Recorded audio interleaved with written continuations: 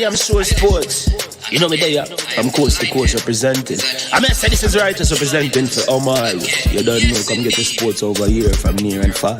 Boy. Me say I am sure sports, one thing me sure about. When me say sure, that me not doubt. Come get your sports, get it over here. Come subscribe, repost and share. I am sure sports, one thing me sure about. When me say sure, that me not doubt. Come get your sports, get it over here. Come subscribe, repost and share. If me not sure, that me not say it. Know who score, that me not say it. Never know the game play, that me not say it. If me never seen a game, me not know who play. For your sports news, better come over here, so. For your soccer news, then come over here, so. If you don't love sports, still come over here, so. For the day done, you are gonna love over here, so.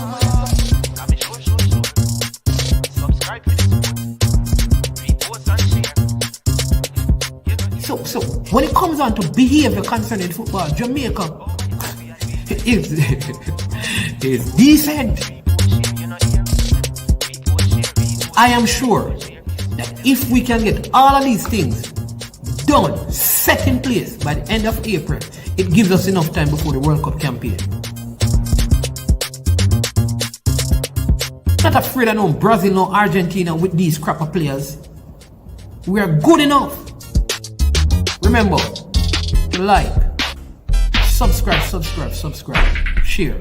Listen, comment. Let me know what your thoughts are. Trick Jerk Marinade gives your meats and vegetables authentic Jamaican jerk flavor. The spices are directly from Jamaica. Spices like jerk seasoning, allspice, Scotch bonnet pepper, fresh scallions, thyme, ginger, and garlic. The key ingredients to a great jerk marinade. 0% sugar and low in sodium. You want to try it?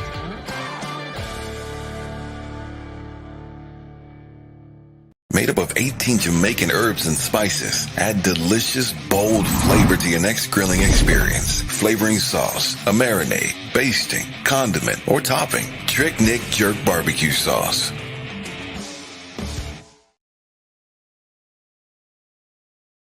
That Sports for the best authentic sportswear. You check Wilton Sports when you want the best authentic sportswear. Wilton Sports. Food change advertising. And for roll out the numbers. Remember, no easy laugh, no off. Some sports were for take notes. Them full of dreams and hopes. Then why them come and sell rope? When there is only one, yeah, there is only one goat. And that a Wilson, yeah, that a Wilson, yeah, that a Wilson sports. Yeah, ball boots, ball tops, ball shots, string yard, ball socks. Them kind of drip you quick for make your ex call back. Little quickness in my boots and ball out, me want that. My Nike ticky pretty and my Adidas all black. Dribble down, you feel it, grip me feel me can't drop. Slide tackle all, me own a team and know this now pop. Why? Because me buy the supper. Some sports were for take notes. Them full of dreams and hopes. Then why them come and sell rope? When there is only one, yeah, there is only one goat. And that a Wilson, yeah, that a Wilson.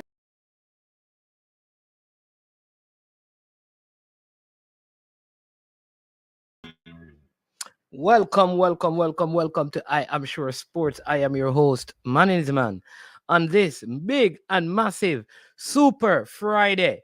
You understand me? I want to welcome you as you join us today as we are about to have another big one because today we are coming in bigger, better, stronger than we have ever been on. Yeah, one of the most criticized, talked about show on vlogging sports in Jamaica. I am telling you, if you want to know whose name is called up the most, you don't know. It is none other than Manning's Man. You check it everywhere. You see my photos all around. Posted here, posted there. In the comment section, you notice that on my channel, you don't hear us having discussions about people. But on every other channel, it appears that Manning's Man is discussed. But big up, you understand me? The more, the merrier. You understand me? I like this Garnet Silk. I think he said, keep them talking. We've got a lot more coming. Bark if they're barking.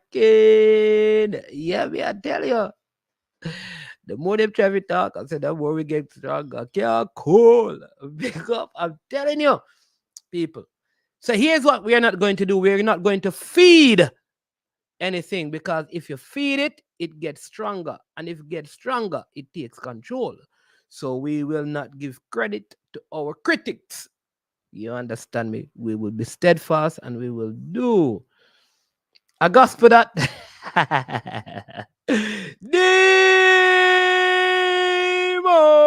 in the building.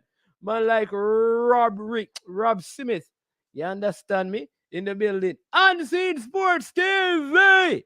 And one of the persons who have recently started his own channel is in the building, the one and only Jason Guna from Jason Guna TV. And then we have the Jason who is not a Guna, is Jason Madrid without a TV. And then I also see Troy Bulla Malcolm. You understand me? The man from the Rossies High School out there in Hanover. Hey, PPS, when that building done, I want to be there for the opening because it's going to be fantastic. I love what Rossies is doing. You understand me? Big up Fabi Frana over there in St. Martin. All the way in St. Martin, and a big up. Best of documentary. Moby, no play with them. No there. You know how it is. Oh, yeah. Jason Guna, you already have a correspondent in because you cannot run an effective YouTube channel without a correspondent on the ground in Jamaica. All of them name Antin Mackerel can. You don't know. Brownman Security, 33. Good sound. Up and running. Okay, True Blue. How JC look for champs this year? I don't know. You tell me.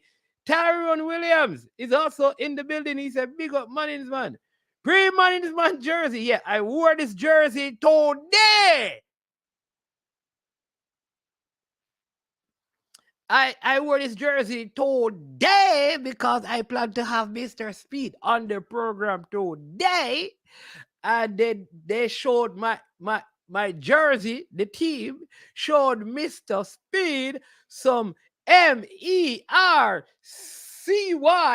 up in Cincinnati. Big up Mr. Speed and Cavaliers who drew with Arnett Gardens 2-2 yesterday. You understand me? Good game down there. All right. Yeah.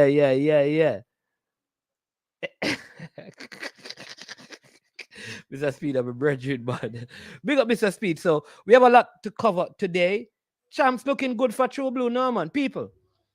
Calabar people. Turn up for champs. Listen, please, people, put your money on this. The man in school will leave champs with a gold medal. Remember, money is man. Remember? Look who is here, people! The one and only. You want to say that? Hey, well, tell her this, Mr. Speed. And she give me no Cavaliers jersey. Why me I wear the Cincinnati jersey? And from when you promised me a Cavaliers jersey, I'm just do this to show you, say. Other people promised after you, and they delivered. And you promised me around how much years now? All I know you can't deliver on a jersey. You understand me? So easy yourself, yeah, man. Send on the jersey, Come love the Cavaliers jersey, A long time he's a Duncan.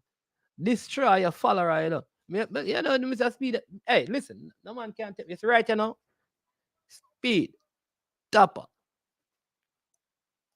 Stiff competition between them two coach there, You understand? Because it was a top of the general, but Speed, I do him thing still. Me not tell no lie, I do him thing out the Cavaliers. And Mr. Speed, don't think me a talk because me I look no jersey. Man, keep your jersey, man. If you don't want to give me no jersey, keep your jersey. Keep your jersey. You understand me?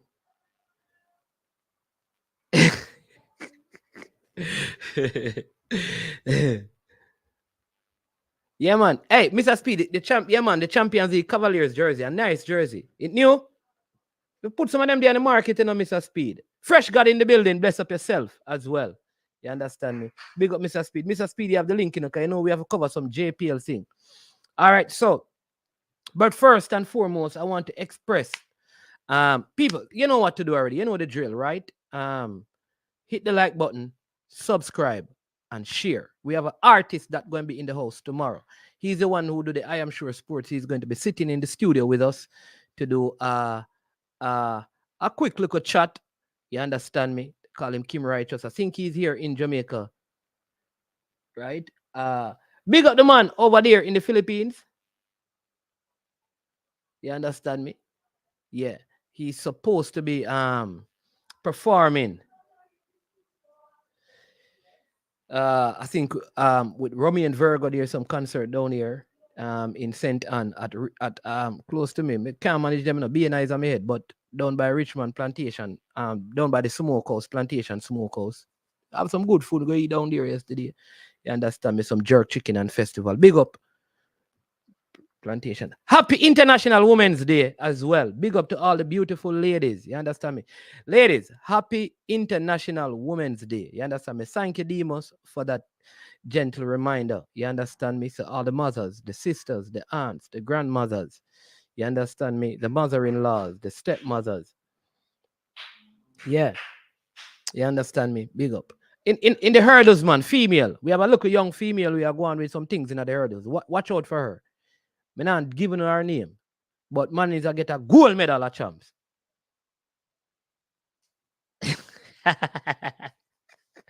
I DW, careful what you say though. You understand me? We're gonna talk about pork. We don't eat pork, man. We don't do them thing, we don't do them thing. The people, you know the drill already. Hit the like button, subscribe, and share. Listen. Hey, you see, every time we get a subscriber, a loyal, faithful subscriber, we are happy because one of the things we love is that generally the people who subscribe to our channel, they subscribe because of the content and they like what we do. They like even the dialogue in the comment section. All right? Yeah. So please, progressive youth says, only the beautiful one them. You are big up management, man. The not so beautiful one forget big up. No, man. All ladies are beautiful, you know, because beauty is in the eyes of the beholder. Because what you may think is not beautiful may be beautiful for a next person. So when you say the beautiful women across the world and across Jamaica, you understand we are talk the fluffy diva them and the kukum them. You understand me? We are talk the one them we have flat belly and big belly, who have fat butt and big butt, who have big boss and no boss. We big up all of the lady them. The no teeth one them, the nuff teeth one them, the buff teeth one them. You understand me? The clean teeth one them, the dirty teeth one them. We like the one with the natural hair, the long hair, the short hair, the no hair, the falls hair. You know, really mad. You understand me? I just saw the thing go. Yeah. All ladies we are big up. Where's the fresh gun? No said go. Starboys Juices from Philadelphia. Listen, we have big up Starboy Juices. You understand me? Starboy Juices did a major favor. It's not completed yet because I think they need like an next $300, right? But Starboys, he heard of a plea about and people even in the Philadelphia area, check out Starboy Juices. You understand me? See the name of it, right? It's also advertised on Reggae Boys commentary, so you can get more details on it. But Reno needed some help, and he heard the plea and he reached out to me, and immediately he connected with the person, Woolsden Sports, which you saw me advertising that, right? And he made a contribution. They need $300 more. You understand me? They are fourth in the tier 2, so they have a chance of playing for promotion. So if you are from Western Jamaica, you feel a connection there, and you're listening to this right now, you can make a donation, especially in the light of this, because a big Reno stalwart, probably one of the biggest footballers to come out of the noble, the prestigious, the exceptional man in school. Cecil Pringle, pass. They call him Cess. They call him Silla. Played for Jamaica. Played for Reno. Played for Mannings. Won Premier League. What was part of a Mannings team that won like the first cup ever in schoolboy football. You understand me? Cecil Pringle. Real, very intelligent, smart. That like all Mannings footballers. You understand me? Who started Mannings, completed Mannings, and he passed. And so condolences to his family. Some of you may have heard the name. I did an interview with him, in fact, on the channel. So if you type in Cecil Pringle, you will see that interview. You can watch it so you can hear a little bit about his story as a former Manning student and a big player at Reno Football Club in Western Jamaica. You understand me? So may he continue to rest in peace, and we express, like I say, our deepest condolences to his family, to his son, and wife, and just extended family. You understand me? So in light of that, this would be a good time, as you remember the years of success for Reno, that you give back and support that club, a club that is also very dear to my own heart, because I grew up watching them as a youngster and would have learned from many of the players. Yeah. Tom Stranger, where is it located in Philadelphia? Star Boys. See me, I make a link right there saying, Tom Stranger want to find out. Balakar, you're up and running again. Check. Hey, Balakar, you know that Balakar, me I call your phone and me nah get you in a Balakar. You switch up your number upon me, Balakar. Yeah, man. You switch up your phone on me, Balakar. Me don't know what I go on Balakar. Switch up your phone or something. Yeah. You see? Yeah. All right, so big up to all the people in Trinidad and Tobago. All the people in Grenada, the people in Antigua and Barbuda, all the St. Lucians tuning in, the people right across the United States watching, the people right across Canada watching, my friends in Costa Rica watching. You understand me? My friends in Ghana who are tuned in. Bless up. When you watch this video, big up to you. All the people in England, my brethren and friends, party, hug bump. The whole of them ball, all of them people, them man. Me not have call out the whole of them. You know you go, Sir P.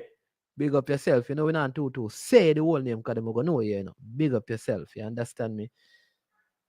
All right, Balakar, me check that out. Do it. Bless up yourself. Yeah, man. Demo, I need to hear from you now. I need you to give me a prediction on Sunday. I want you to give me a prediction on Sunday, no Demo, because you look like you're in a problem Sunday, no Demo. Demo, you look like you're in problem on Sunday, Mr. Demo. Mr. Demo, it looks like you're going to have some problems on Sunday as you run up against the Manchester City team that has been in scintillating form. Oh, Mr. Flex, bless up yourself. Is that a new member? Go on, tell me now. Mr. Flex, you just... Oh, Mr. Flex has been a member for a while. Big up, Mr. Flex, a member to the channel. You can do that. People, it is Super Friday, You understand me? It is Super Friday. So on Super Fridays, right? So here is the answer, Tom Stranger. Hold on, I'll soon get back to Super Friday, right? Germantown, but I travel around Philadelphia, West Philadelphia, Jersey, Delaware. We sell, all right? Art of Love. Man, my mom died recently. She's a part of the SDC. Then. Oh, yeah. Art of Love been a... Whoa.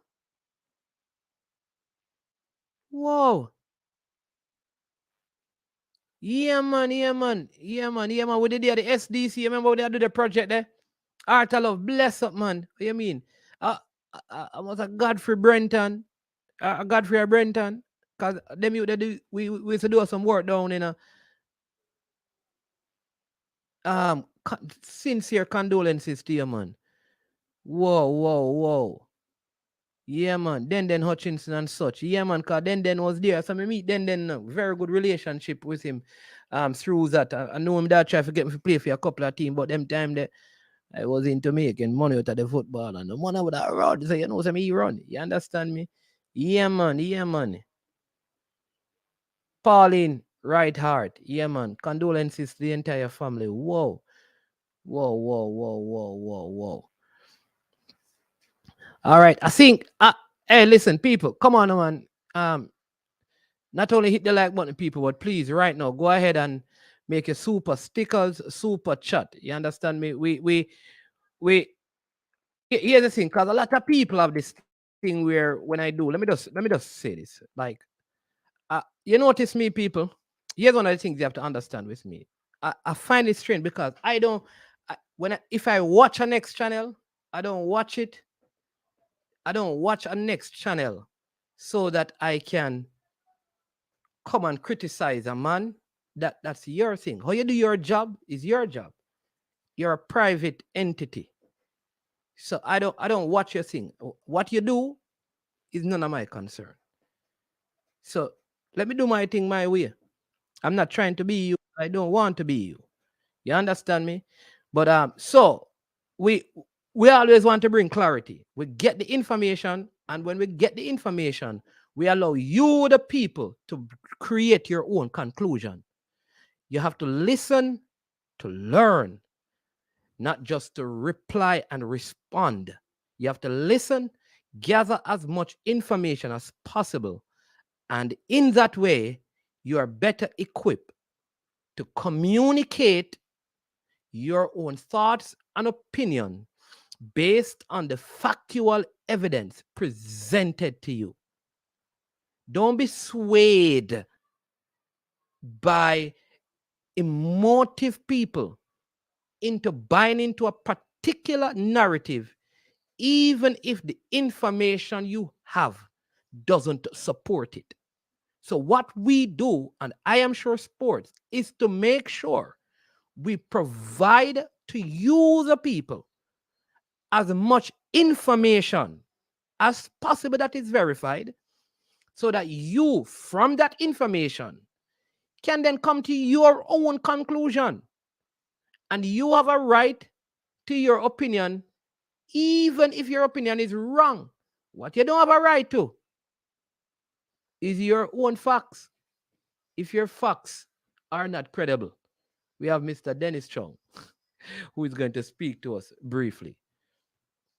Mr. Chung, good afternoon. Are you there? Yeah, man. What you saying, man, man? Yeah, man. Good to have you on, right? I think you're listening to the show at the same time. Listen to the what? Oh, it sounds like you're listening to the show because we're getting a feedback. No, man, no, man. Yeah, so all right. I sound like tell me people we're hearing the feedback. But I'm hearing you good though. I don't have no feedback. Oh man, I am hearing you, but there's a feedback in it. So were you listening to the show before on the phone? No, I wasn't. Oh, I don't know. All right. So, all right, let's go on. I don't know what is happening. So let's see if we can go ahead. All right. So listen, I don't know if you are aware of this, but I coming out of this thing, there are many different. Maybe I have it on speaker. Maybe because it's on speaker. Oh, maybe. I think that is probably the reason. Yeah, they're saying that some saying it's okay, some saying there's a feedback. I think it's because it's on speaker. I don't know how to get it off. I don't think it's on speaker. Yeah, man. I don't know what the situation is. All right. So what I can do is just click off and then join back. Come back in. Yeah, all right. Yeah, let me do that. Yeah. All right. So we're going to try and see if we can sort that issue out. So we're going to just talk to Mr. Chung because I got some information from my sources. Yeah, man. For the person we're asking, yeah, man, Cecil Pringle, Silla, he passed away peacefully. You know, yeah. All right. So I think we have Mr. Chung back. Yeah, man. You hear me now? Yeah, man. A whole lot better. All right. Yeah. Yeah. So So yes, Mr. Chung. So there has been, I don't know if there's a lot of controversy, but I think a lot of people have formed their own opinion. What I will say is that, oh, I'm still hearing the feedback, you know. What I will say is that there, would you let me firstly, I mean, in terms of where are things now, in terms of final reconciliation between the federation and the girls from your perspective? Let's just get out probably some of the good things, then we ask some of the stuff that people have been saying in the public spaces. Okay. I don't have a lot of time like last time though, Manningsman, but Yeah, man. what I can say 10 months. is that we had maintained that we had paid everything from last October and we had done all the computations. Last week, as you know, the representative reached out to us and said there were 3 girls who had not received match fees for some games, like in the early part of last year.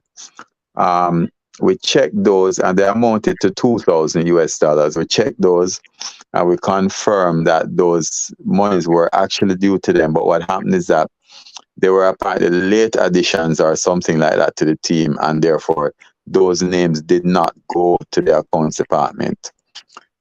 So they didn't have it to pay, but we had subsequently reconciled those. So that money for those match fees are going off today. And then there are some reimbursements amounting to about $500, which we're verifying because we have to make sure that we have all the receipts for them.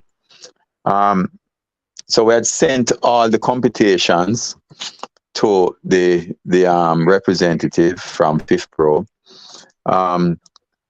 And we had also sent the contact information for the person from FIFA and the person from the Australian Tax Office who had done the computations with us and verified it for us. So it wasn't that we did the computations alone. It was done in conjunction with FIFA and the Australian Tax Office. So we sent all that information. So they came back to us just this morning too and said that all the payments that we have on the sheets were in fact.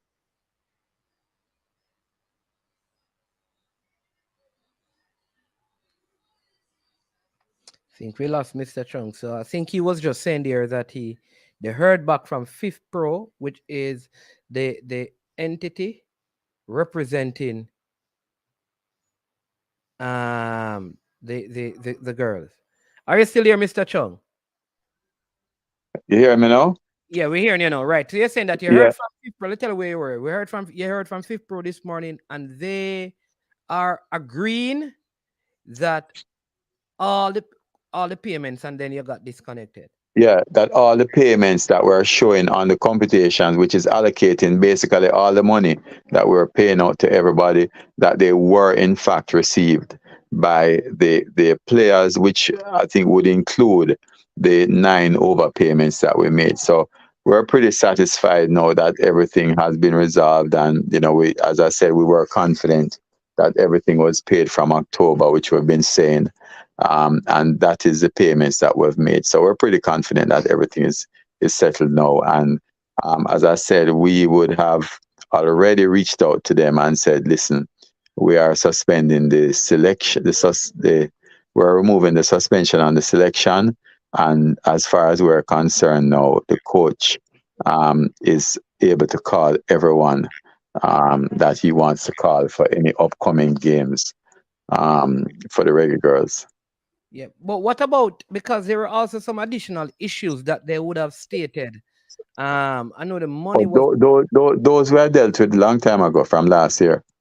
Okay, so there's no outstanding issue, including... No, we have no outstanding issue in front of us. The only thing that was remaining from last year was their query on the payments, and we had sent all the documentation, the computations to them, and they have gone over it and said that everybody has received the monies that are stated on it.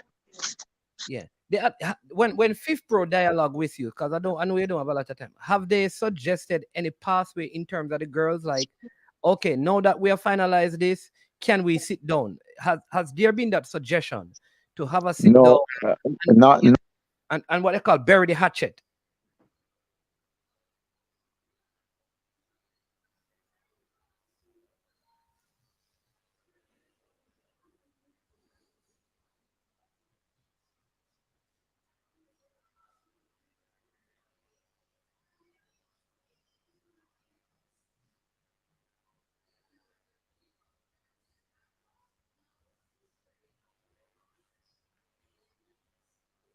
I think we lost Mr. Chung there again.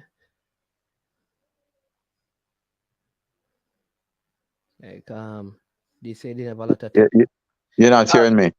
yeah, we lost you right there. Right. Yeah, Yeah. yeah, yeah. I'm saying that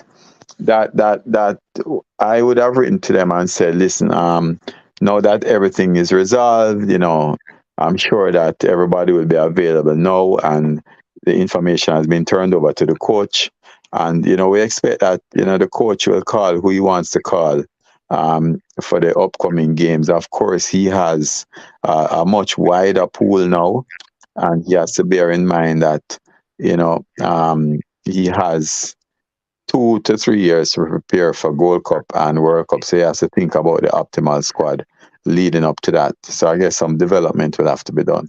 When you say the coach, is it just given what you just said? So the plan is to move ahead with the present coach as a permanent coach for the Reggae Girls.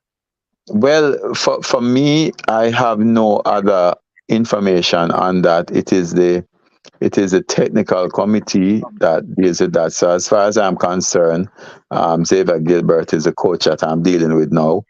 So it's a technical committee that actually looks at, who the coaches are and makes a recommendation. Okay. Because what I'm trying to ascertain, Mr. Chung, I almost call him Mr. Trump, But Don't make that mistake.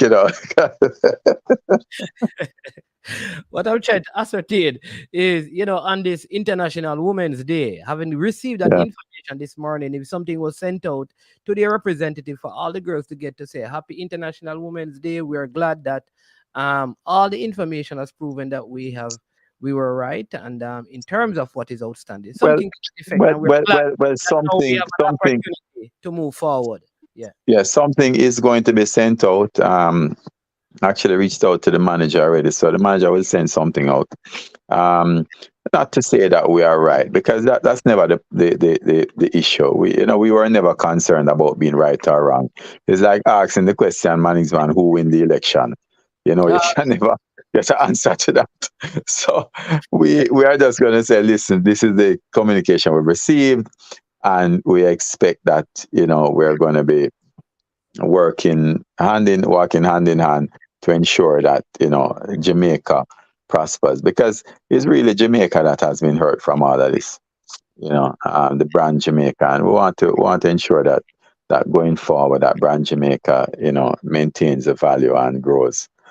So that's the important thing for us. We're not concerned about who was right, who was wrong, and I know a lot of people out there are concerned about that, but I don't operate like that. I just want to know that going forward, we are ensuring that we have everybody together so we can put the best foot forward. That's the important thing for me.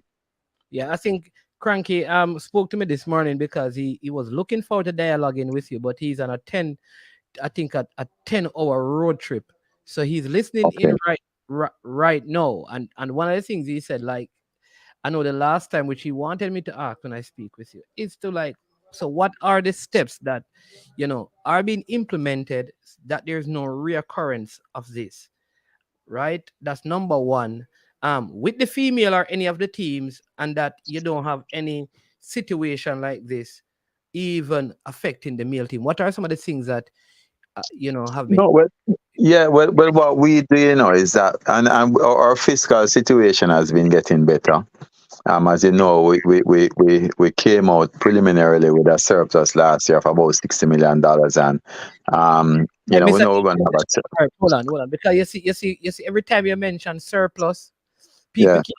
Let me tell you what happened. I think when you communicate, you have sometimes it's funny, you have to be so basic. Because when you say now you didn't make any money from the Gold Cup, then you say you have 60 million surplus. A lot of people believe that it's a lie because you say you don't make no money from Gold Cup, but you have 60 million. How you make profit and you know win? Explain. I understand, The 60 million surplus is an annual thing for the whole year. The Gold Cup is one event within many events that happen, right? So I'm talking about the accounts, the financial accounts for the whole year, right? So we've been improving in that way, and we have been right as of now, we have paid up. As of last year, we'd have paid up all the money that's due to the girls, in terms of even the girls that have gone on to play Gold Cup and Chile. And so, we've been paying all of them their per diems, and the match fees that are due to who it is due to, because, college players, we can't pay that. And for the boys, we've started paying the boys. So we've paid a good amount already. So we have some more money due to the boys, but we've started paying that.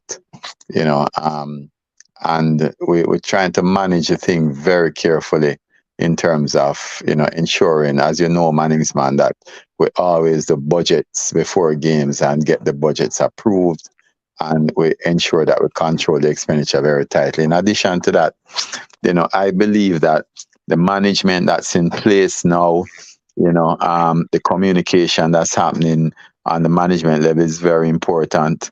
And I think that the management team and the coach of the boys has done very well. I think they're in greater control of the situation, than we had before. And I think that Xavier also has a very good relationship. So the relationship that actually communicates these things and addresses these, from my point of view, I communicate with the staff that is directly in control of the teams, and that's how we have to deal with it. So that's what we're doing. We listen to people when they have issues. When people come to me with issues, we listen to them and we try to resolve the issues or communicate and give answers to it. So hopefully we won't have situations like that occurring. And as I said, our mission is to ensure that everybody's paid off. That's certainly what I want to happen.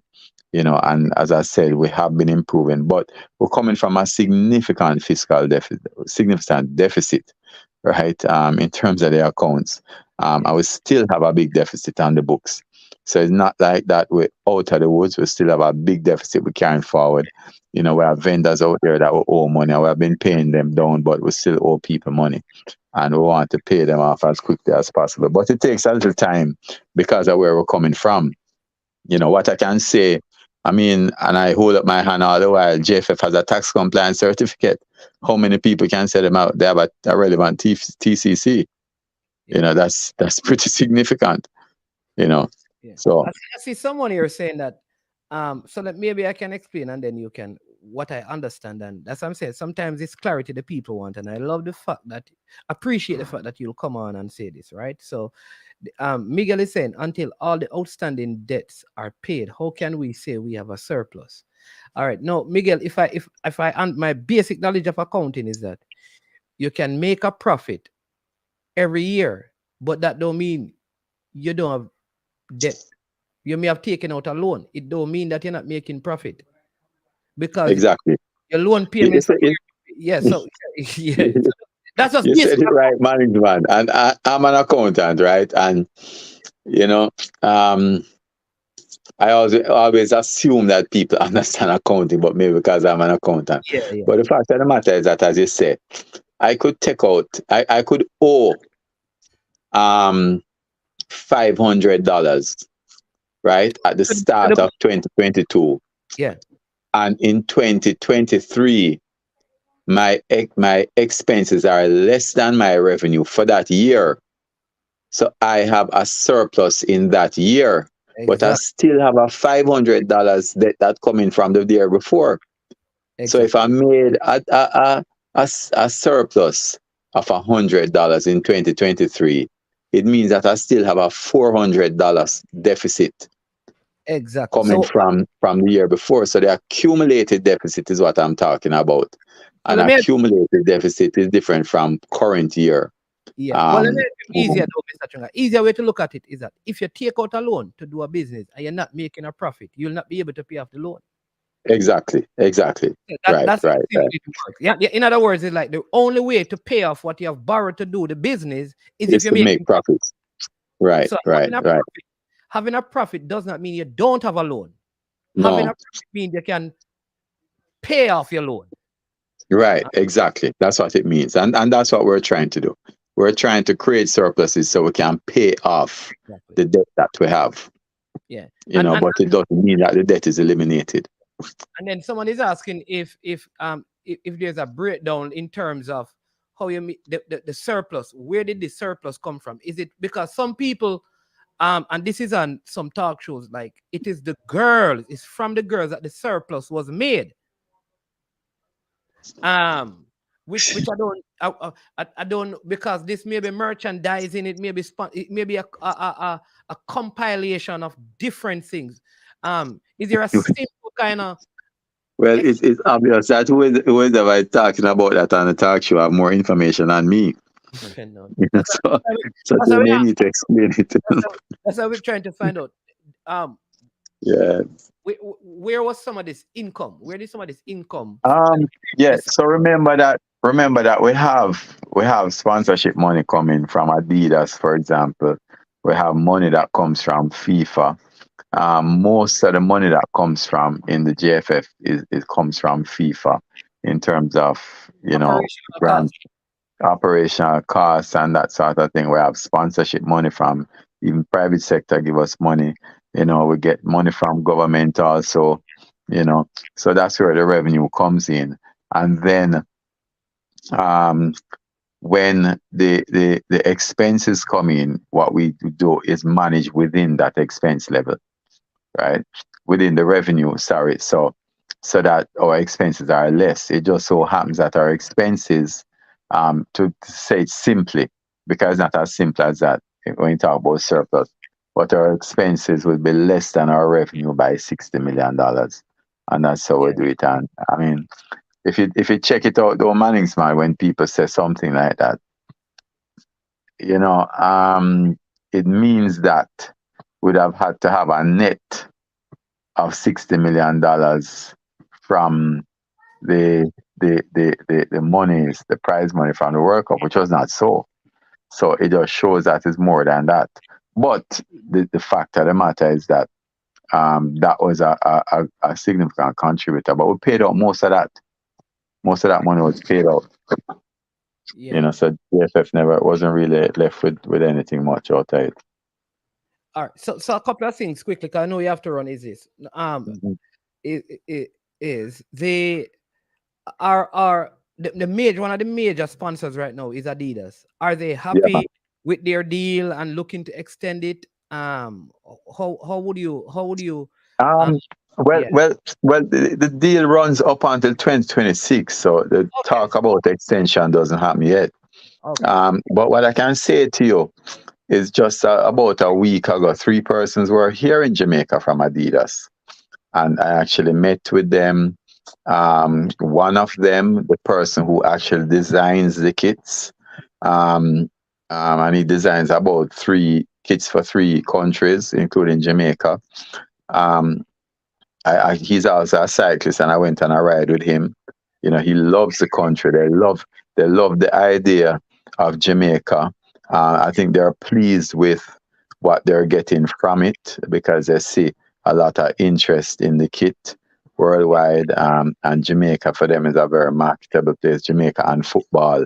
We actually rode out to St. Thomas, and while in St. Thomas, we saw a football field, a turf field at a gas station in Albion, where some guys were playing, and that, he was very thrilled to see something like that.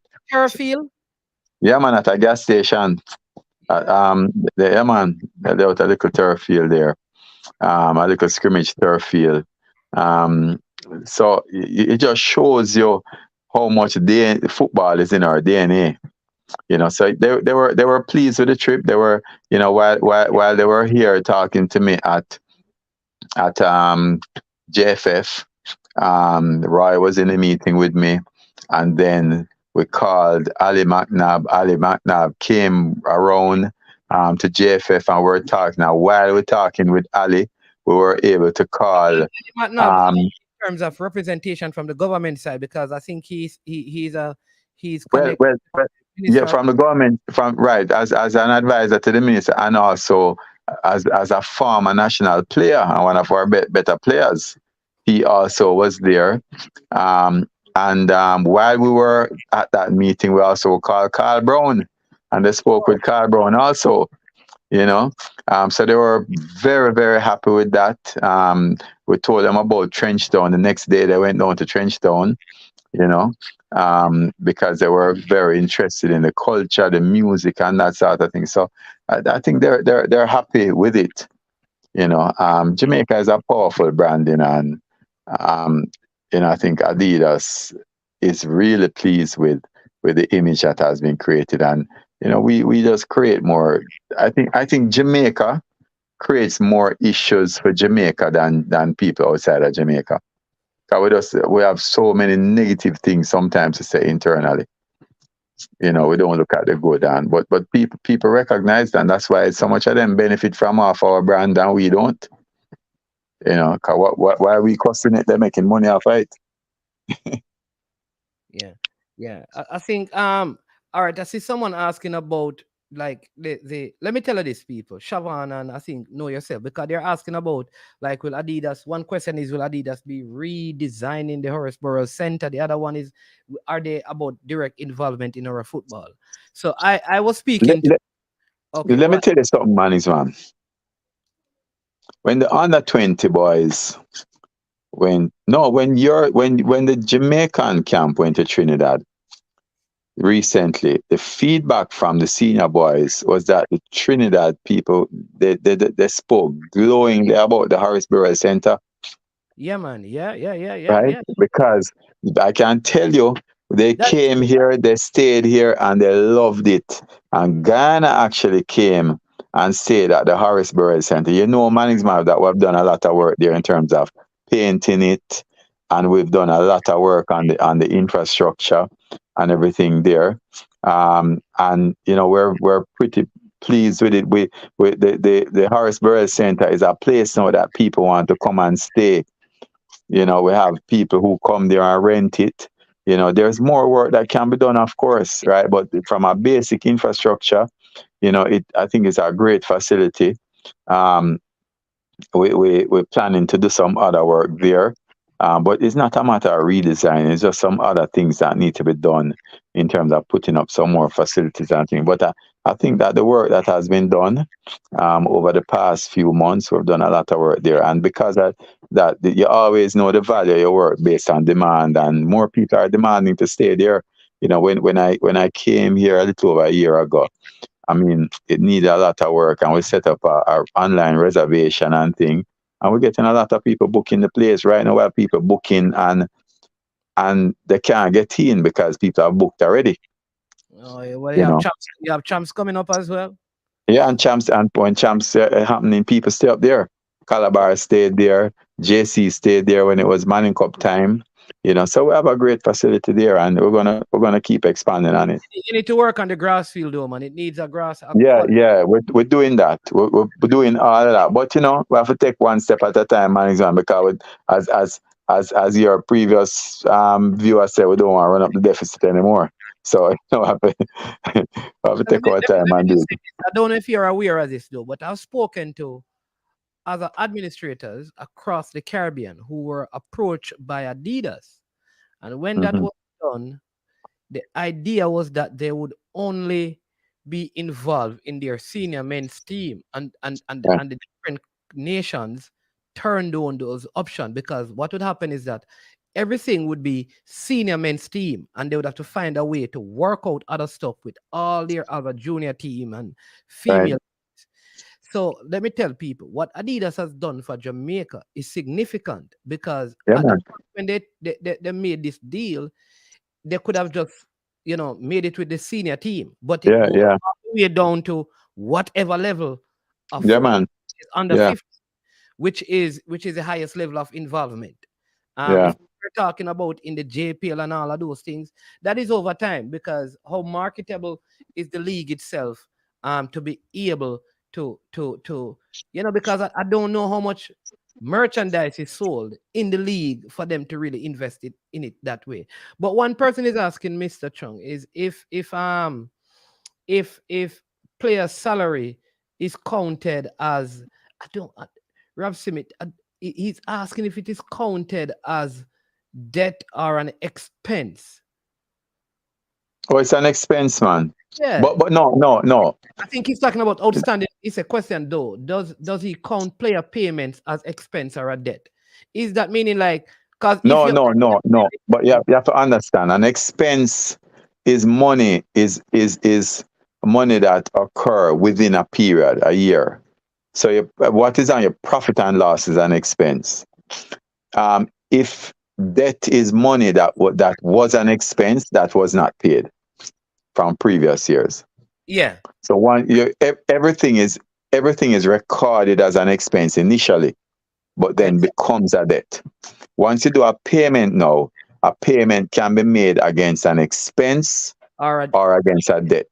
It yeah, depends on the currency of the expense, whether it's a current expenditure, which means an expense, or if it's a past expenditure, it would be a debt.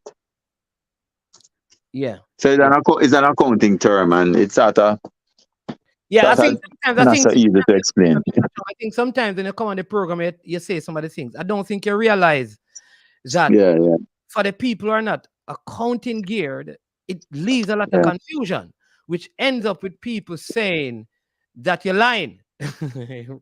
Right? Well, you know, Yeah, we can't control all the narratives, but it's always good to take it down to what we call layman terms, so they can understand. One of the big things, because someone asked this earlier, is this: have we, just talking about the fact they haven't seen any issues in terms of bags being left here, players being left here in recent times. but tell them what we have done now, the Mannings man.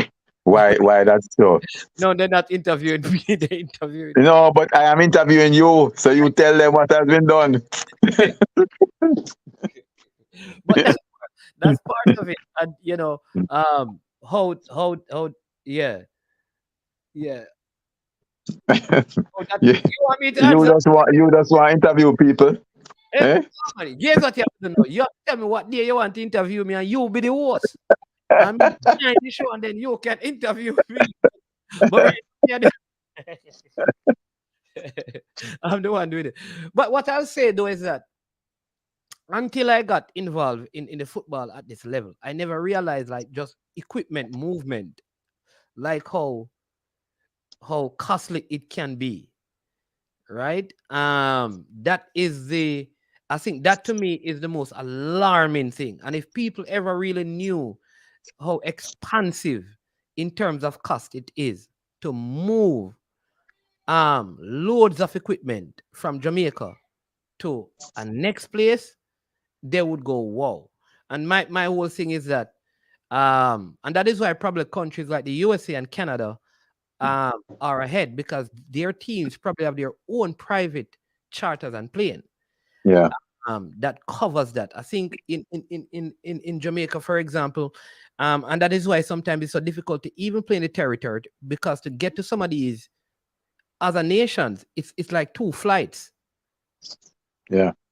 Right, maybe it's even easier to get to the States. So I'm hoping that, and I think we have said this before. Is there a way for Jamaican stuff to be stored, like have a base in like the US, where Jamaican stuff are stored? Where The problem with that, Mannings man, as you know, is that the teams change, and if you put names on the back of the jerseys or even the sizes, you can't really store it for that and old jerseys. I mean, no, we're not talking jersey. I'm talking about cones and balls and Yeah. it is not jerseys. That is the hardest thing, is those things. Yeah, Like, yeah. Is there a way that the GFF has But the problem. The problem is that you don't know where you're going to play. So to have it in one base in the US, for example, you still have to go move it. yeah, but it may be easier to move it from say you have a base in say Florida, to move something from Florida to even Dallas is way cheaper than moving it from Jamaica to Dallas. Way cheaper. Yeah, but someone have to go manage that, and Yeah, that boy, I don't know. yeah. But Yeah. it's something that I think like it has to be looked like what is the best way to manage, because until I got there, I Yeah. didn't realize that it was that costly. But Princess Gillian, welcome to the show. She says, who would feel happy International Women's Day, Princess, right? Who would feel good about having a 60 million surplus but still can't bring your bills up to date, starting with what's owed to the boys? Still owing the boys after a successful year is not acceptable. All Yeah, right. obviously, Princess don't understand accounting. That's why she said so. What do you mean by she don't? What she's saying though Well, is that say you have a 60 million surplus, yeah, but yeah, part of yeah, that is that yeah, but so she's yeah, saying but that that, all right, if you don't pay me, if you have the money and you don't pay me, and then you say you have a surplus, yeah, I think that is what she's saying. So you were supposed to pay yeah, me yeah. last But year, as surplus. I explained, a surplus is not necessarily as straightforward as people say. Number one, number two is that, as I explained, we had paid down quite a bit of debt, including the money that was owed to the girls, which coming from our 2022, right? So that would have been used for that. We also have paid down some of the money that's due to the boys, but we still have money for them. And you know the commitment that we've made, management, that we want to pay it off by the second quarter of this year, Yeah. right? Based on the funds coming in. Surplus don't mean cash. And we also the fund accounting. Explain what you mean by that, because I see Ray Davis just put that in as well, saying that surplus is not cash. So what Yeah, is surplus is not cash, because surplus can come from various things. It can come from donations of um of of equipment also that you value, right? It comes from various things. Surplus is not necessarily cash. and, You and, know, and so let me just say this. Princess Julian is just saying, I am a CPA, and I think she operates in the States. So okay, so okay, she's letting you know that she knows what she's talking about. So now, you know what I'm yeah, saying? Yeah, go ahead. yeah. You're talking about explaining surplus. Yeah. So surplus don't necessarily mean cash, right? And also, remember, I would have said that we had a significant deficit coming from before, and we cut it down, right? And it means that we would pay some of the debts that are due, but we still have a significant surplus deficit, right? So it's not that we haven't paid down debt. It is just that we haven't been able to pay everything off, because so if we had $100 deficit and we made a $50 surplus, it means we still have a $50 deficit.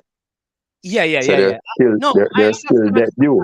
I think both of you are actually thinking the same thing, but I think it is in the explanation, because somebody saying profit is not cash, fixed asset is Mm-hmm. not cash, right? Mm-hmm. What Ray Davis is saying, but I think I understand the concept, but I think she's taking it from this perspective. So my salary was due, but you never paid me my salary, which is $100,000, and then you Right. say you have $100,000 surplus. She's saying that if you had paid me the $100,000 in before you did your financial year calculations, then you wouldn't call it a surplus. No, that don't make any sense, management. And I know you're not a CPA, so you No, wouldn't understand. that's what I'm saying. That I think that is what she's. No. I don't think that's what she said. She can't be saying that, Oh, because nobody can. No.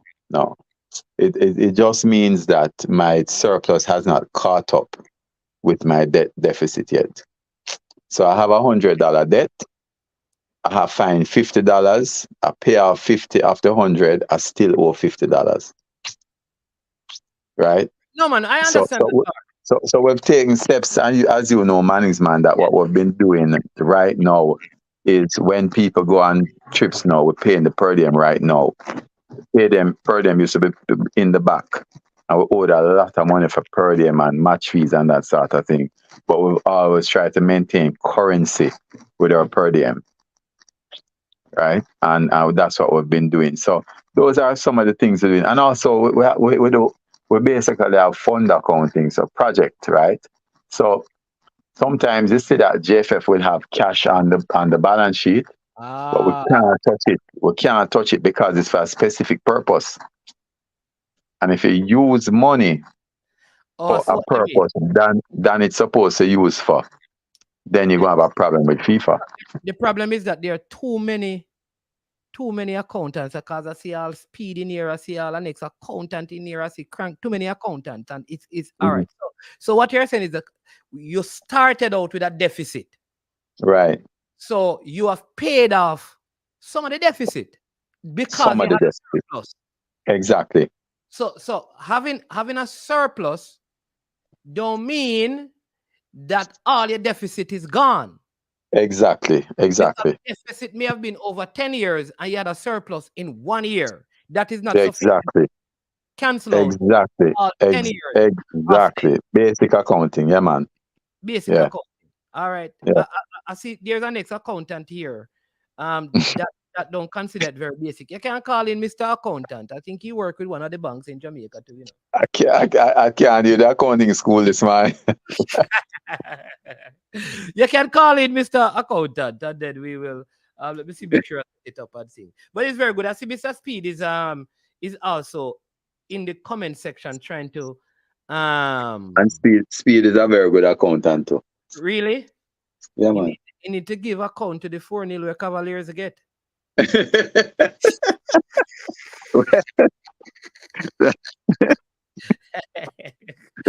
so John the stream.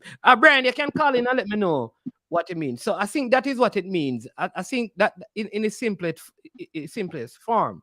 So if I make 10 million this year, you know, I may be carrying a deficit for 5 years. So the 10 million this year don't cancel out my deficit. Right. It just reduces it. Mm-hmm. Reduces it, right? For example, a good example. I don't know, Mr. Chung. Tell me if this works, right? So I had a $5 million deficit, but I had to borrow an additional $5 million during the year. All right. So now I really operate on that. No. Well, debt is not deficit. So it's right. Debt is not deficit from an accounting point of view.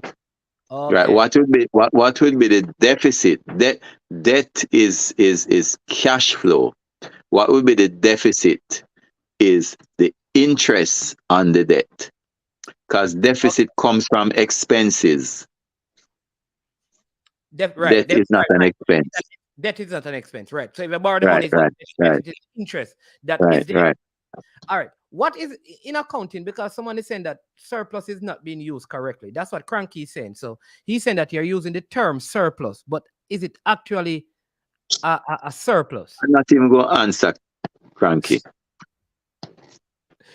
Cranky. So, all right. I'm not going to answer that because that don't make no sense what Cranky is saying. All right, if you're trying to call people, you have a call via WhatsApp, you know. Why not go on with, man? I don't know that already, man. Man, you have over my time now, you know. All right, Mr. Chung, bless up yourself, you know. Thank you for coming. Yeah, man. All right, appreciate it. Yeah, man. Every time. Cool. All right, so. All right, that was Mr. Dennis Chung. All right, so if you don't know, now you know. And if you don't know, you will know. No, all right. So I think there's all right. So help me know, accountant. Are you saying that as long as I don't pay off everything that I have owed, I am not making a profit? So if that is what you're saying, no, which line you're calling? You're calling straight, Brian. You have to call on WhatsApp. Call him, man. You're not no service. In Brian, you're not no service. Hey, people, me under pressure today. Be accountant, yeah. Be accountant. All right. I hear the next one calling in. Brian, welcome to the show. Oh, him gone? Oh, him gone. Hold on there. Let me see if I can. What's wrong with this man? Welcome, Mr. Speed. Welcome. Good game last night. I heard we didn't see it on TV, but I heard it was a very, very good game. It should. I hear people saying that this game should have been on TV. I don't know. It should have been. It's really a good game. Cavaliers versus Onyx Gardens. Brian. Last night? Yeah. Yes. You were there? Yes, I was. Oh, so we're asking which game? Like you disagree that it should have been on TV? I came on the call when you were saying this game, so I wasn't aware of which game you were talking about. Oh, okay, Mr. Being very professional on the show today. All right.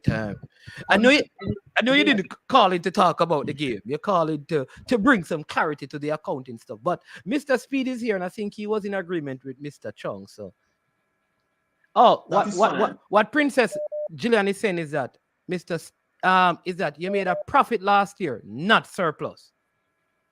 And Mr. Chung was saying surplus. So Brian, go ahead and then Mr. Speed will come in.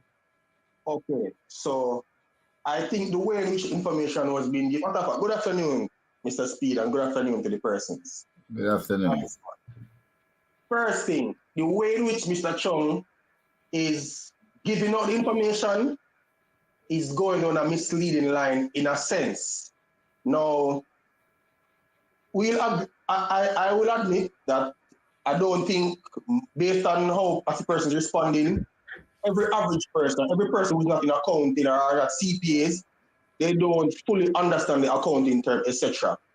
Now, if you have a debt carrying from the last 20 years, or however when the JFF has been carrying their debt, each year them add to that debt. Now, in 2023, in a sense, he's saying that they made a profit based on the fact that for that year, their expenses was less than the revenue which they got in. So they made a profit. No, I think it is misleading for you to come now and tell the public that, hey, the JFF made a surplus when you know that you have a debt carrying for the last 15 years. What they should have done was tell the people that in year 2023, which is what he was trying to explain, they made a profit which went to paying down debts that they would have incurred years before. Therefore, the profit now would help to pay down the debt. But what he's doing is making it look as if, hey, the JFF made 60 million in 2023, and he's not talking about the debt that they would have incurred before, and that is misleading. I think that is a misleading way of providing the financials to the people. Thus, when them talk, the people them don't want to believe them because he's not telling he's being economical with the information that he's providing. And I didn't agree with that. And I wanted to tell him that on the program. All right. But so let him go away. I let him go away. Yes. I let him go away. Yes. You're being very economical with that statement, you know. So how the man had 10 minutes. Both are using the word economical wrongly. Don't be here. I'm also an economist. I do my economics. So. Okay, money. No, what I'm saying, Brian, is that hold on, Brian. The man had 10 minutes. He stayed 1 hour. And then, I don't know when you're joking anymore, no, because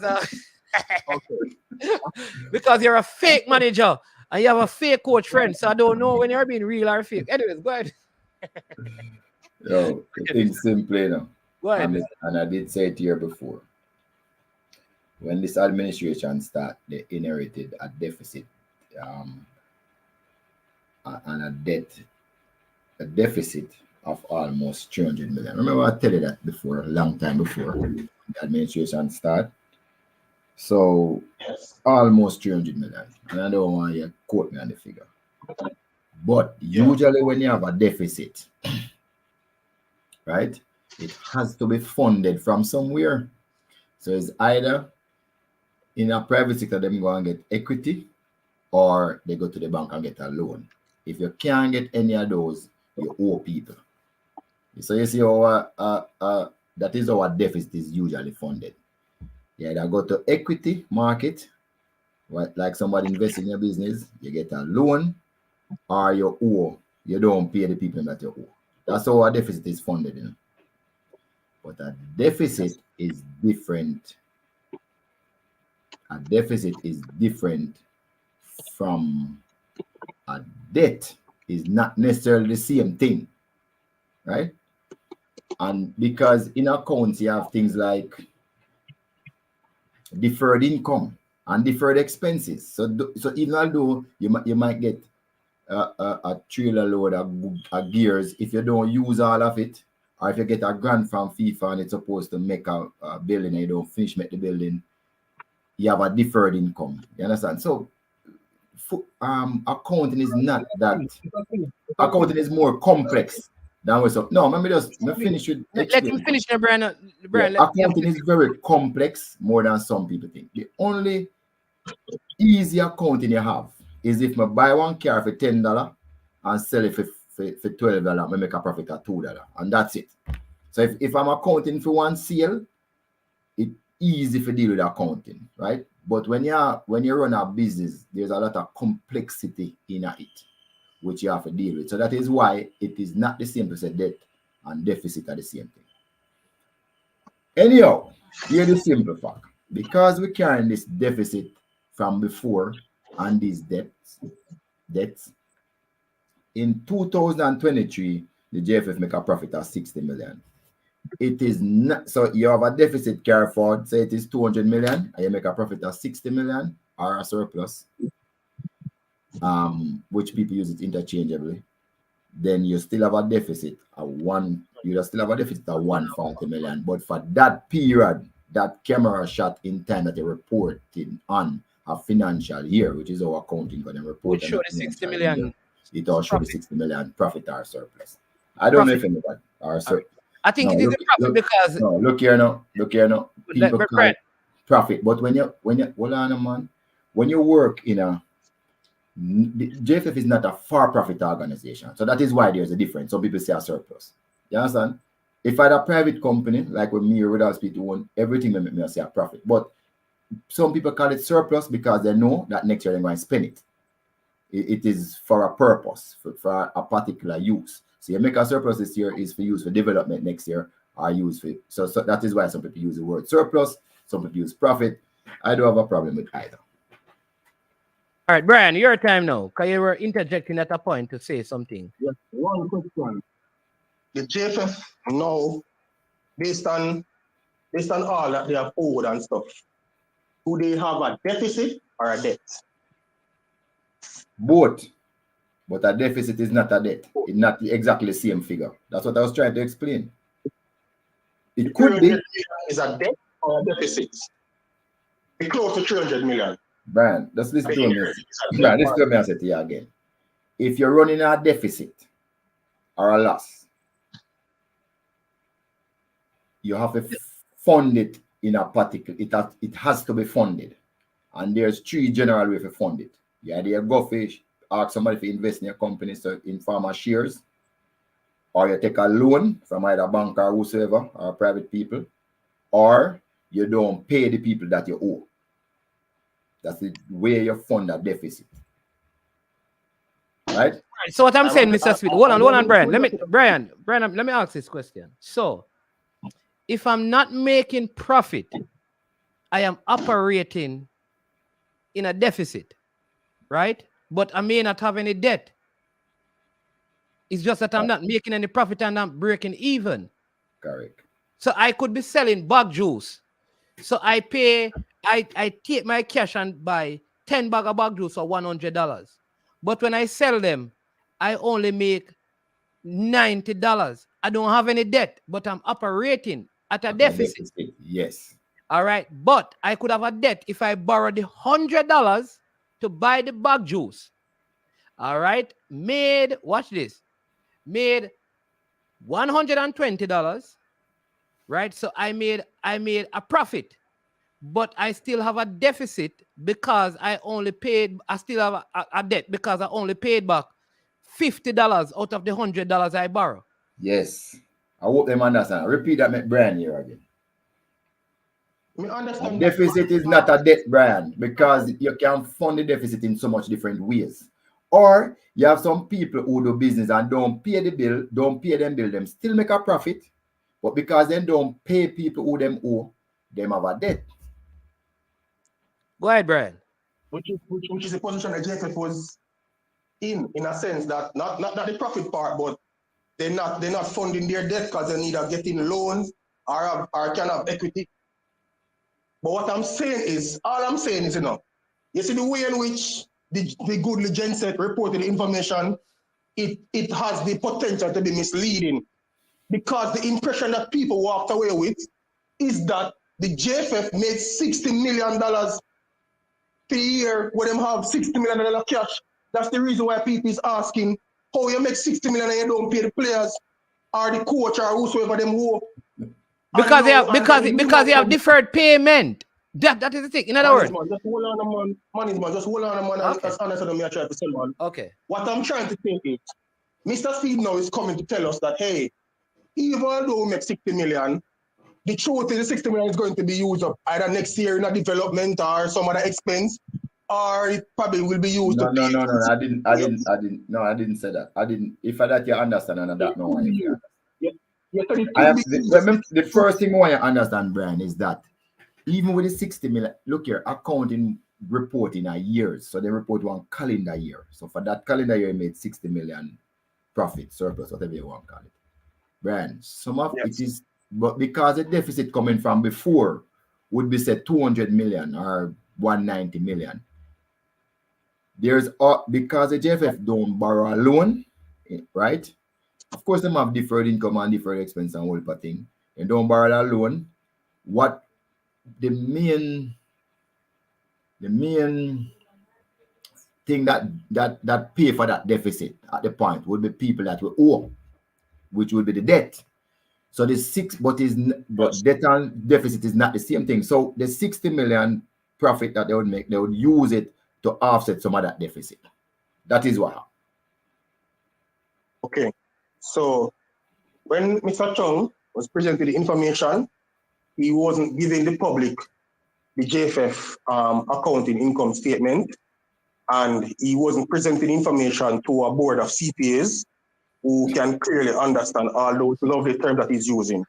So it would have been better for him to tell the people that we made 60 million surplus, profit, whatever you call it, in the year 2023. However, we still have a debt that this amount will be used to pay down, because I'm telling you that the people them walk away with the opinion that the JFF makes 60 million and them do have no debt.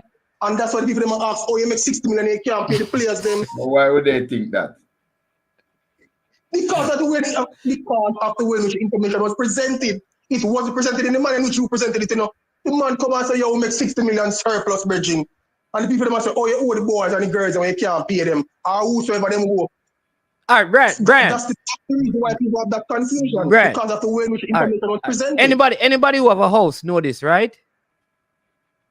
If you check, simple. All right, let me give you an next example. So you may still owe a mortgage, but you have a net worth that is high because you own a house. Do you have a mortgage? Because the value of the house is more than the mortgage you have. But you still have a mortgage, which is a debt. Yes. Yes. Nice one. No, okay, fine. Understand that too.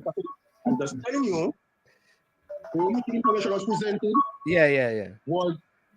Could possibly be misleading. That's what I'm telling you. So yes, maybe me understanding you and Mr. Speed and probably people who are CPA or have account experience. What I'm telling you, the way which information was presented is that you make 60 million and we're good now and we're on a good trajectory. And next year, we hope to make 80 million or 100 or whatever. No, but Brian, it is actually good you make a surplus in a period because, and what he's saying that we're thinking we make a next surplus this year, and I think so too. So it is good because usually it's a deficit. The year before that, we made a deficit of almost 100 million in the World Cup qualifying campaign, you know. So it is a good, you're moving in the right direction because we know that the expense is going to hit us once the World Cup qualifying starts. So it is a good thing to start to make a surplus maybe this last year and this year for that big expenditure. Remember, for playing our World Cup qualifier with our male team are some serious breaks. So a good news still. I mean, I would have liked to make a bigger surplus, but it's good news. Okay. All right. For yourself. But look here, if accounting did that easy to understand, you know, everybody, you know, you wouldn't have people like Cranky take 6 years to pass in CPA. You know? I'm joking. I'm just saying that. You know, talk it loud enough, say you're joking, you know, sir. Because we don't want Cranky. All right? Yeah. You and management is going to be on this platform and others, and you will see that the way in which information was presented potentially has a misleading effect. And people are going to walk away with a different opinion of what you are explaining. Because I'm sure if you did come and explain information the way in which you did, people would have walked away thinking the JFF, pay off them debt, and make 60 million, I will still owe the players them. I will still owe the coach, I will still owe whoever else them owe. That's what people would have walk away thinking. I'll be taking my leave now. Hey, Brian, but you know what I know though? I know a few businessmen, right? Yes. I know one place that I'm a part of. That what they do, they borrow money, build their businesses, and don't pay the debt. Yeah, and carry go court and make you have the and then give you 5 cents in a dollar. It's not ethical. That's some serious business, man. You know? Yeah. Yeah. All right. But Brian is gone. We have a few other people calling in. So I think Cranky was calling in. The man just want to do the accounting thing, you know. People, Super Friday, come on, drop the super sticker, super chat. Me don't want him talking about the game, but I think this is what I was trying to say still. Accounting not as simple as some people believe. That's why. Wait, what do I say? How many years I said Cranky take to pass it, Mr. Speed? Yet. 8 years. Man, for the first try. I'm not even trying too hard. Man, let me go to school. I'm not care about accounting and pure doctor, engineer people want to be in it. I'm not care about accounting. Accounting is not hard. Like everything in life, you have to apply yourself. But any management. Yeah. Speed, and then if you stop confused, Speed just use deficit as well to balance sheet, and then Dennis I use surplus rate to income statement. Of course, the people them go confused. Yeah, because because if one use deficit, because it's too different. Yeah, deficit and surplus are opposite of each other. So if you're gonna say surplus, one could say you have a retained state earnings, which is your assets and your liability management. So if you have a surplus, that means you have more assets than you have liability net, right? Use simple terms to explain things to people so they get it. When Dennis come and talk about surplus, he confuses the people. But they say, if you have money, how come you owe money? That's the concept. Two different things, management. Yeah, I just thought that it never make it clear that it was for 1 year he made the surplus and not a general statement. I think it would be better. I think it would be better if he said we made a profit, so we're able to clear up some of 1 year for the year and for 1 year. The 1 year was very important. We made a profit 1 year, so we're able to pay some of our debt, which is indicating that you still have debt and you hope to be profitable. So if you keep making $60 million, the amount you have on your debt yearly will go down because you're going to keep paying on it. I think that is the easiest way for it to be said. Right, Cranky? I don't know if that... Yeah, it gets exacerbated by the fact that you're saying you owe players money. And people are saying, you make surplus owe players money. Now, when I say surplus may not be cash enough. If you have a receivable, you don't receive the money yet. So the receivable number, say I owe me some money, management. I sell some jersey, and you paid me, but you haven't given me the money yet. I booked the revenues, you know. Yeah. Right? I booked the revenues, I book a receivable, but I haven't got the money in yet to pay you. So even though I have a surplus, as Dennis is saying, I wouldn't use the word surplus, I mean, I have a profit, I can't pay you because I haven't got the cash to pay you. Right. That's a good, because your receivables may amount to a whole lot, you know, but you don't receive them yet. You don't have them. Exactly. Right, Mr. Speed? So at the end of the year, the financial year that you had, you may have like $20 million, for example, coming in from Adidas. So really and truly, you know, you have a surplus, but you couldn't pay because you didn't get the money. Exactly. And I think, man, you made a great point, which is this. Please understand your audience. We're not doctors. Somebody come on the program talking about medical stuff. We may not understand what they're saying. You have to talk to the people. The other people are not smart.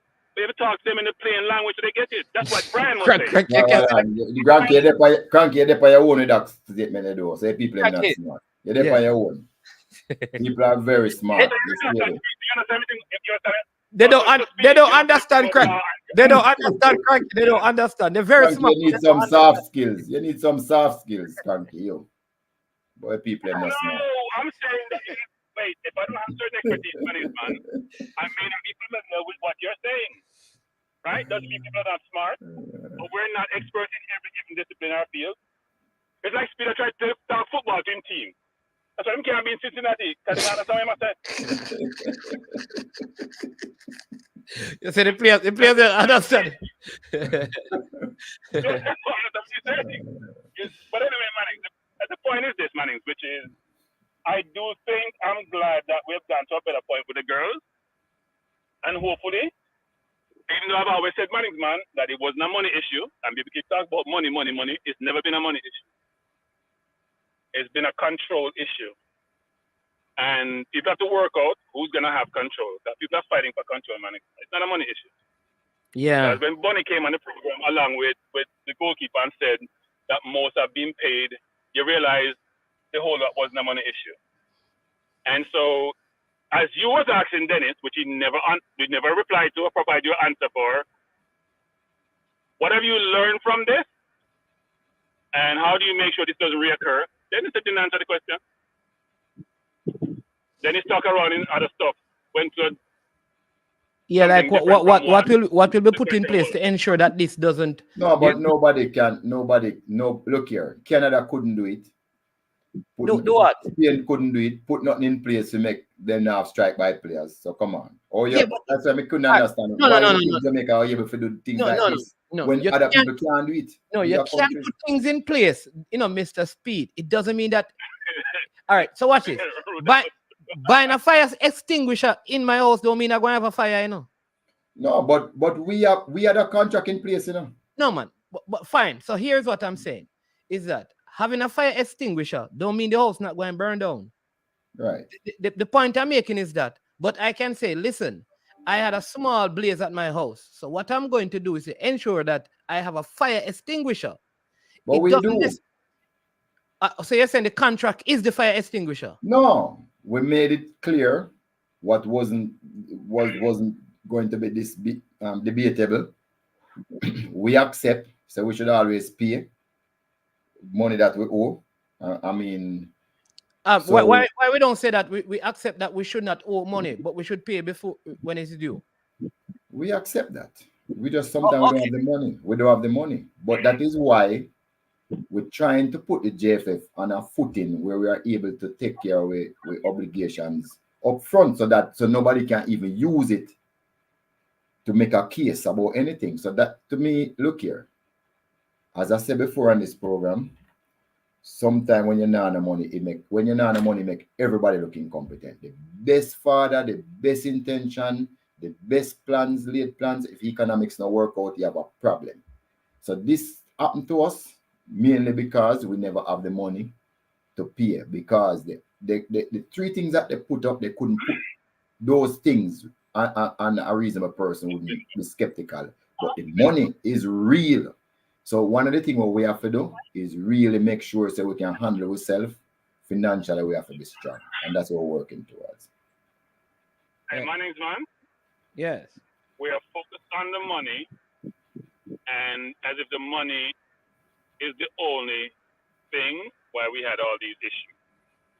The coach was fired, wasn't about money. The coach wasn't fired. The coach wasn't fired. You see, me, I have a problem with the words that you're using. The coach was. What are you talking about? Speed? You fired Vin Blaine. That. Vin Blaine. No, Vin Blaine resigned. Frank Cranky, use the right words, man. Man, you talk about lexicon. Hey, Rudolph. Who fired him? Who fired Vin Blaine? Who fired Vin Blaine?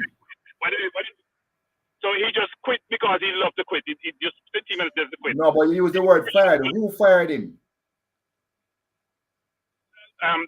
Rudolph, we can use. So okay, you know. Tell me who fired him. You tell me who fired him. Okay, Rudolph. Okay, let's just turn it in the right context. You want to put it? He resigned forcefully. He fired himself. He didn't resign of his own volition. So let's say, resign of his own volition. so let's say he fired himself, Cranky. There was when the girls said that we should fire him, they don't want him. The technical committee came back and said the grounds, we don't find enough grounds. I will release that from the JFF. And then he decided that it was untenable and he resigned. So I don't know. That's what his statement said, Cranky. Remember, his statement said that he would walk away because he found it untenable to work with the girls again. Because the board did say they weren't going to fight. No, I'm just telling you. Yes, Cranky. No, but I know. But Mr. Speed, what Cranky? No, man. Cranky, hold on. Let me help you, Cranky, because you and I. Yeah, yeah, man. So that's what I'm saying. That Cranky and I agree that this is like a cute way of putting it, but in the grand scheme of things. But to say he was fired, there was no. You can't say it because there's no document to prove it or anything. But given the circumstances, we know that. We know many times a company will say, listen, we're going to fire you. We don't want it to be public that we do, so resign. So the person ends up resigning, which is what Cranky is saying. So I don't think we are far. Yeah. Here's the money. It's the whole concept of this, which is one could say London's contract was not renewed, Manning. He was fired. He wanted to renew his contract, and you say you're not going to renew it. You can use euphemism, or you can be plain and blunt. The JPL didn't renew his contract when he was successful at the World Cup. And for most people, I don't like when you say plain and blunt. Fine. But the point is, the point is this, man. That we're being cute, right? We're being cute. The point we're trying to make is that the issues are more than just about money. And to just focus on the money is disingenuous and doesn't address the problem, man. When you don't fix the problem, fix root cause, don't fix symptoms. If you really want to fix the problem. If you want to stand in your Eiffel Tower and say, I've paid out all the money, so look, guys, it was about them, not about me, and everything is fixed, and we can call the girls, they're going to come with the same grievances. They're going to be disenchanted. They not want to engage with you. Fix the problem. There are relationships. There's control. Identify what the problems are and fix them, man. It's so frustrating hearing this nonsense. Yeah. All right. I want to drive with a good head management. I want to drive Alperture. All right, Mr. Speed, we're not here. All right, Cranky. Yeah, Mr. Speed, you're cute. Yeah, man. You're muted. Yeah, where's the money, man? No, I was saying that you're muted. Yeah, I did. Yeah, what you was asking me? Sorry, our Cranky was asking me something. No, man. He was just making a point about it was more than money, and we need to fix the relational issues. Yeah, man. For the persons who are asking, just letting you know, confirming that former Jamaica Reno Manning School stalwart, big footballer Cecil Pringle, he has indeed passed away. He died peacefully. Yeah. Good. But he not play for Jamaica too? Yeah, he played for Jamaica. Not a lot, but yeah. Yeah, man, he played for Jamaica. Yeah. Was the one of those first teams to ever win a cup at Manning's High School. Until the under 16 did it recently. Yeah, man. All right. Yeah, man. We have Smart Choice on the line. Smart Choice, welcome to the show. Well, Mannings. I am here, man. Good afternoon. Mr. Speed, good afternoon to you too, sir. Good afternoon, sir. Yeah, Mannings. It's really the similar point I was calling about, with Cranky about the girls then. So question. So basically $2,000 owed to the girls them, and were they invited to represent Jamaica in the last friendly? All right, Mr. Speed will answer. But what I heard is that the 8 of the girls were invited. I think some of the girls were invited, not all of them, but the ones in college. But they said they had commitment. I think that is what I heard. They said they had college commitment. Mr. Speed, what the caller is asking is that if the girls were invited, all the girls were invited to the last friendly, which is let me answer it like this, because as me tell people all the time. I only deal with policy. Don't ask me about integrity because I don't know. So when we met last year, I remember, we made our payments from last year, and we always thought the payment was correct. When we do back our checks, we overpaid $16,300 to the girls, and they came back and said we owe $2,500 roughly. So in basically they would have owed us over 14,000 now still as a group, if them work as a group. Of course, the money that we paid was to 9 individuals, 1,800 each, and there was 3 individuals that said they had claims against us. So that is the story of the money. So basically we overpaid. In one of the meetings we said, well, as far as we're concerned, we sort out the other 2 things that you were talking about. The money we think we sort out that took out based on our records we pay. We welcome you for play back for the country. And they said that they have to go back and talk to their membership from last year. So I'll leave it right there. Manage. Yes, sir. At this point, brethren, let me tell you something. I think the thing has evolved from, as Cranky said, from this money thing to a total different situation. And I'm telling you, I mean, I don't think these girls were patriotic to Jamaica. They were patriotic to Cinderella.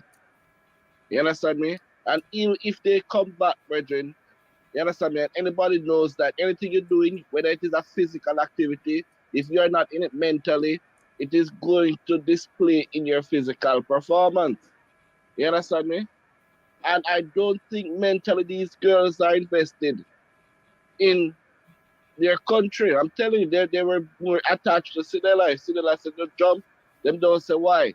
Them say oh hi.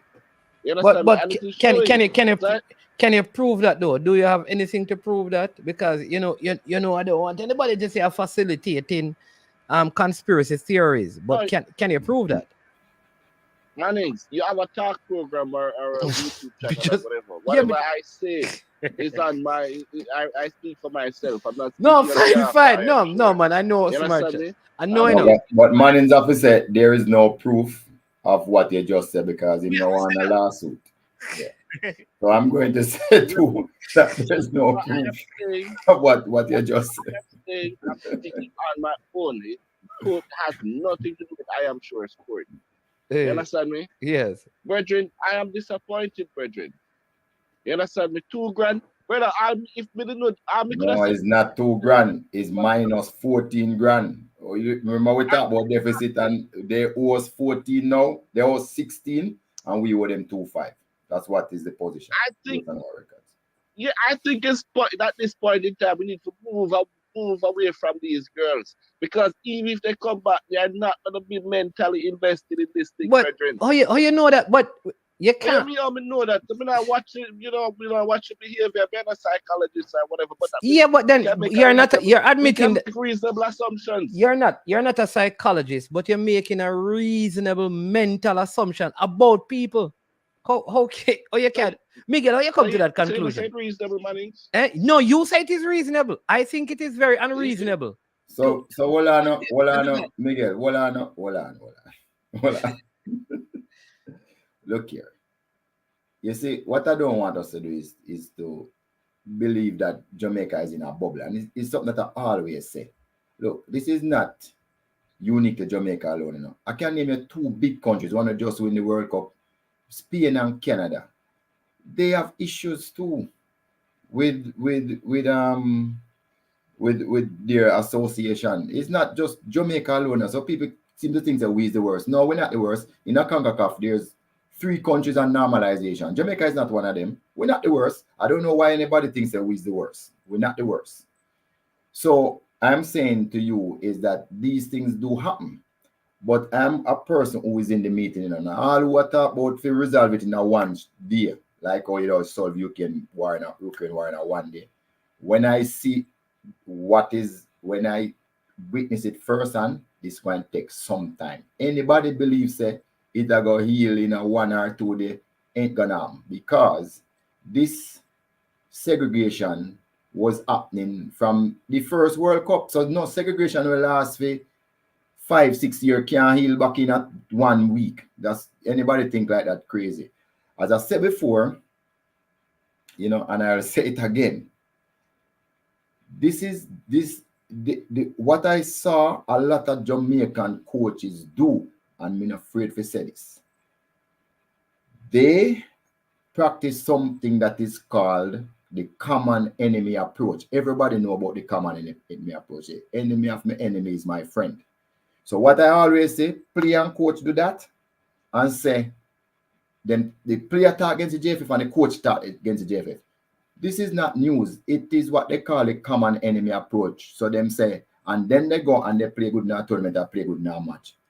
But that don't so that don't build a team, and the two people them have a false sense of security as to what them can get away with, and them push the envelope. It reaches a stage where JFF say no, it's not going to happen anymore. So I'm saying this won't fix anytime soon. It's going to take a lot of time before it fixes, because at the end of the day, when you see somebody request them, everybody have to understand their role. Say, boy, if you love your country, you have to give and take. You can't want to take all the time, or you want to give all the time. And that was what was happening. And people decided to them, no, it not go so no more. Everybody have to understand what the rules are. It might take a while. Yeah. All right, Miguel. Yeah. Okay, go ahead. Sorry. Hold on, Yeah, man. Go ahead. quick point there, yeah, and I think it's fixable in Mr. Speed, and I think it can be fixed in a short time. But guess what? Not with the same personnel. We have to move from these girls, because I think they have lost. I mean, JPS is not JPS. JFF is not without blame. You understand me? Yes, say, hold on, before you go no further, me agree with you 100%, because we should have never let it reach where it reach. Fine, and other variables to Mr. Speed. Yes, we don't have no money.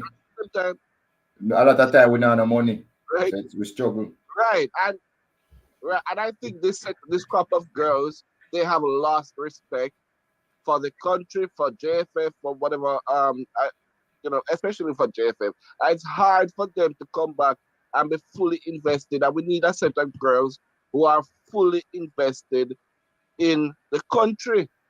That's what we need right now, brethren. We don't need a half and half thing. We already already short with certain resources. We already don't have the proper field. We already don't have proper stadiums and stuff. We need somebody who is there 100% mentally. We don't want people come half and half because of my grievances carrying over for the JFF and all these things. I think it's time we move away, unfortunately, from these girls. It has been broken. It's like a marriage. Sometimes some marriage don't exist because of love, but because of respect. You understand me? And these girls have lost the respect. And by extension, I'm thinking that by this, JFF may be losing respect for them too, because they have been wanting them to come and represent the country. And for some minor details right now, they're not coming. So I think it is a tarnished relationship which we need to move away from. You understand me? Talk them for them service like veterans and move away and just do a thing, brethren, and get a first set of girls that like that. Those are my brother. Those are the views of none other than Mr. Smart Choice, and they are not a reflection of the views of I Am Sure Sports. All right, thank you. Never stomach at all. All right. All right. So, Mr. Speed, somebody is asking, who is the treasurer for the JFF? Does the JFF have a treasurer? No. What they have now is a vice president in charge of finance, which is Peter Reed. They don't have treasurer anymore. Okay, so it's a vice president of finance. Okay. All right. That's one. The other thing is that somebody was asking if there's any consideration for you, Busby, to come back into the fold. You Busby Jr. is in terms of coaching options. I personally like him. I think he was doing good, but again, you all knew what happened. And I don't know if that situation has been sorted out properly as it. Okay. All right. Big up, Sir Denton. with the super sticker. All right. We have Peter calling in. I feel like Peter and Smart Choice are saying the same thing. Now. Welcome to the show, Peter. Good afternoon. Yeah, good afternoon. Greetings to you and Mr. Speed and the viewers and subscribers and the commenters and everybody. Greetings. Yeah, man. I agree with the gentleman who just finished, but I called because Tell you I kind of I take issue with Cranky, you know, because I've been listening to Cranky yesterday. I think he had him on the day before. The day before, yesterday at funeral. Yeah, and he just seemed to be beating the same dead horse over and over again. Which one? Which one? Is many horses Cranky beating? You know, which one are you talking? Yeah, man. We're gonna outline them. You see this thing about Lon being fired. Lon fired himself, you know. And listen, I said this before, and I'm gonna repeat myself. All right. I went to that famous institution at North Street at the time when I started school. Oh, really? Didn't know you got to St. George's, man. Yeah, man. Who says St. George's? I told you, you know. The better side of North Street. And if you ask me that, which side? The one that used to have the party? All right, hold on. Let me just address. Hold on, Peter. Let me just address something. Horace, I don't know you and who have beef in the comment section, but please, my friend, refrain from using those. I don't who time you out Horace, bro. And tell me who. Who timing out? Listen, who timing out people on the channel? Me need to ask someone who giving up why Horace Brown, but don't use that kind of language in the comment section, all right? Please, if somebody time you out, you let me know and then I will deal with it. But don't use that kind of language in the comment section, all right? Please refrain from doing that. All right. Go ahead. Sorry. Go ahead, Peter. Mr. Speed, what you know about North Street? You ask me about Patty. Which side the Patty shop? No. You know the famous Patty shop? Yeah, man. What do you mean if you know the famous So then when you go on let me know North Street. No, I said that in a Peter because apparently Cranky went to a school on North Street and you vehemently disagree with him. So both of you can go to the same institution. And he went to the purple institution, so that means you must go to the blue. I don't know. I went to the better side of North Street, you know. That's why I asked you for the party shop side. Yes, Mr. Speed. Let me know exactly which side you go. Exactly. Tell him for me. Tell him, no, tell Mr. Speed which side. But I'm here say them dog patty they good though. They taste good.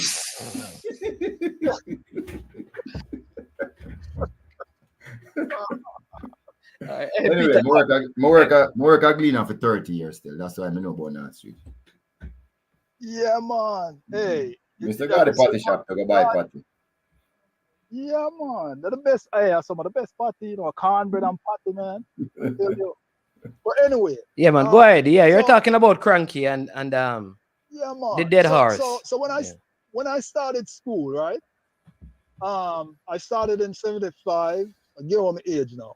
But I don't know when Cranky started. Lon Donaldson played Manning Cup. I believe his last year was 74. He may have played 75. Did Lon play 75? But somewhere around there. So when you go to KC, right? Like I attended school with Dougie Bell, right? Dougie Bell was a bigger man for me.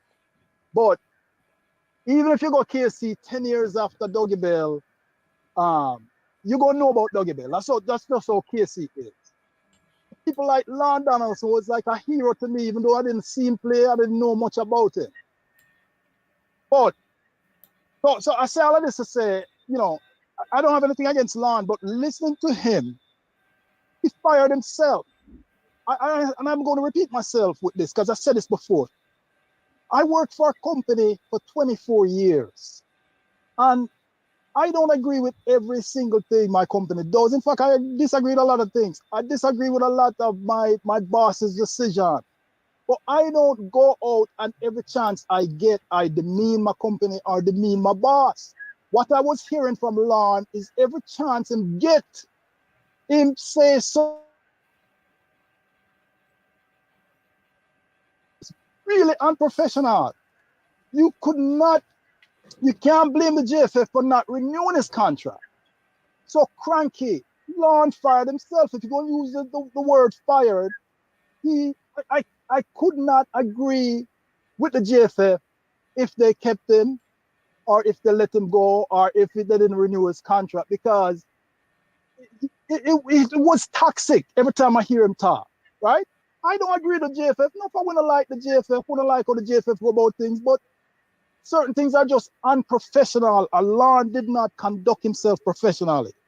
So that's one. The second thing I hear Cranky continue to say is that the JFF should be the adults in the room, and the JFF and people have ego, and this is why this problem got out of hand and all of that stuff. Listen, nobody have no bigger ego than the girls. You don't see that, brethren? You know, so from day one, I've been saying this is not about money. I call your show a man's man, and I went on and on, and I said this is not about money. Money was just a smoke screen. And so this ego thing that Cranky want to talk about. First of all, if you're gonna try and solve any issue between two parties, the two parties have to be in agreement that they're going to try and make this work. And from what we have seen and heard, the girls they were never amenable to getting to a solution. And so no matter what the JFF did, the girls wanted to have things their own way. And so, Cranky, this would not be because of Mr. Speed ego or Mr. Chung ego or soft skills of the president. The girls were just not willing to accept whatever agreement there was. And that is why we are at the position we're in now. And Mr. Speed, listen, I know my wife for 12 years, and we've been married 10, right? She has a master's degree. She has taught in high schools for about 12 years. She has even taught some what do you call it? She was an adjunct professor at a university. So I married her, okay? I'm proud to say I married her. My wife. She married down. My wife, She married down. She might say that. But I always tell every man, try and marry up, right? But you know what Mr. Speed, you know what I constantly, because my wife talked to me about things that happen at work. She talked to me about friends. She talked to me about, general things. But you know what I constantly have to tell my wife? Don't dumb down herself to make others feel better. And Mr. Speed, I believe you're an honorable man. I admire you. And no matter what people talk about ego, don't dumb down yourself, brethren, to make other people in the room feel better. You see this leadership of this JFF, it requires people who have ego, it requires people who have guts and some gravitas. And I believe you're doing a wonderful job no matter what people say about you. And you cannot run this organization being soft. And again, Mr. Speed, don't make nobody, they run with this word about ego. We all have ego. Everybody have it, especially men. We all want to be the alpha male in the room, right? And some people might feel a little more uncomfortable because maybe another man in the room is just as egotistical as they are. But that's how we are as men.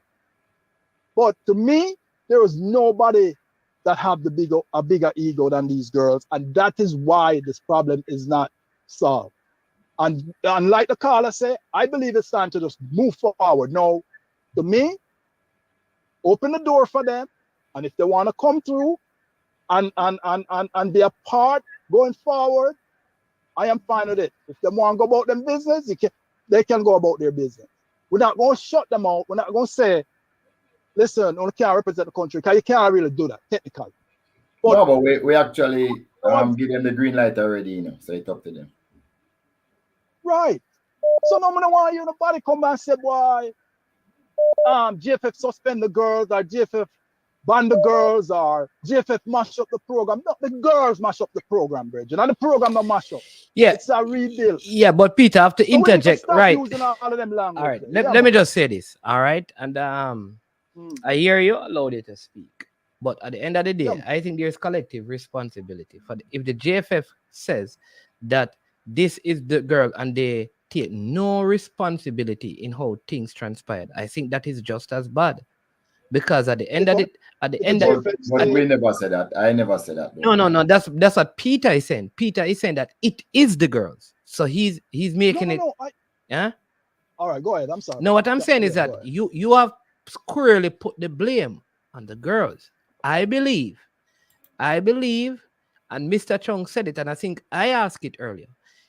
First thing, the initial act that led to all of this, it must be, and Mr. Speed, I think, said it. He said that the issue that we're having is money issue. In other words, as long as the GFF has money issues, there will be these other issues. So to take all the responsibility from the federation and put it on the girls alone, I also think it's been unfair to the girls. Now, you can say that, listen, the girls could have dealt with it differently and should have been loyalist to their country. Hold on, man's man. Now make a get to it certain things still, you know. What? Listen to me carefully. We had a contractual arrangement with the girls, right? And we know, so basically we did not breach a contract enough to pay, because there was no set time in the contract that we have to pay within 10 days or 20 days or 30 days after games. So there was no breach, we just owe, but there was no breach. But we did tell them that we will clear up everything as soon as we receive the World Cup money, which we did. So we kept our word. The intention, so sometimes we can talk about the wording, but also the intention of the creator of that contract. So are you suggesting then that when you wrote in there that you will pay them, the intent was that we will pay you further down the road? Or is it that the intention was to pay you when you have completed your assignment? No, the intention was always to pay when we had money, because when we were going to the contract, we knew we didn't have any money. But a lot of things happen. So like the boys World Cup qualifier that year, we lost nearly 100 million, or a little more 100 million, because it was expensive. It was COVID. We tried to give the team practice game all over the world.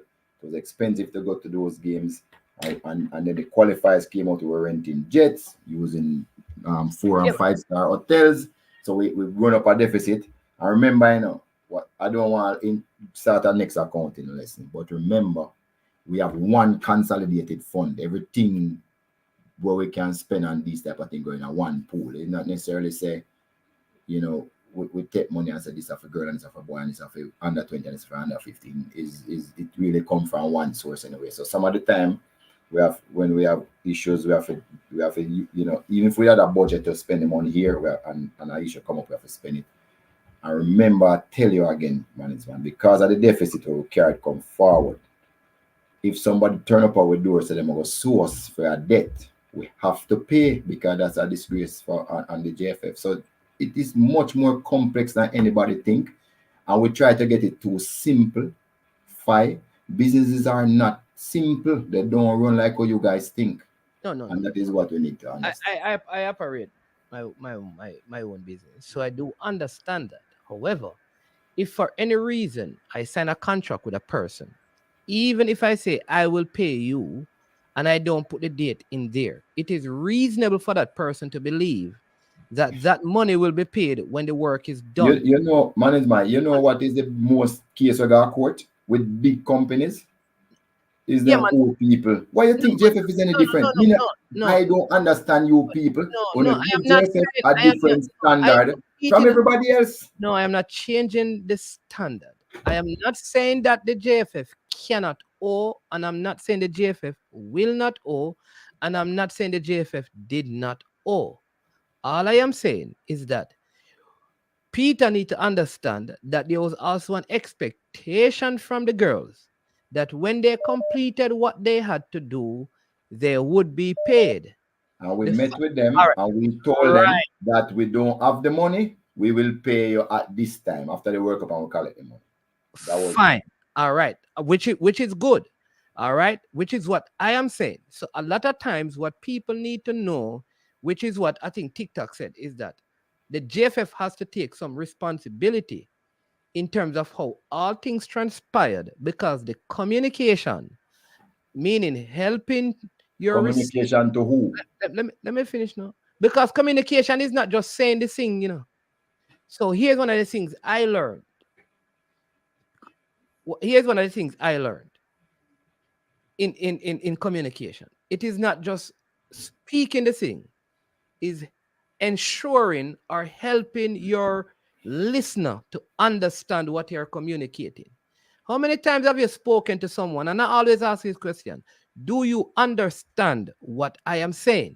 Because hearing what you have said doesn't mean that both people understand it in the same way. I think that the misunderstanding of whatever was communicated is what led to this.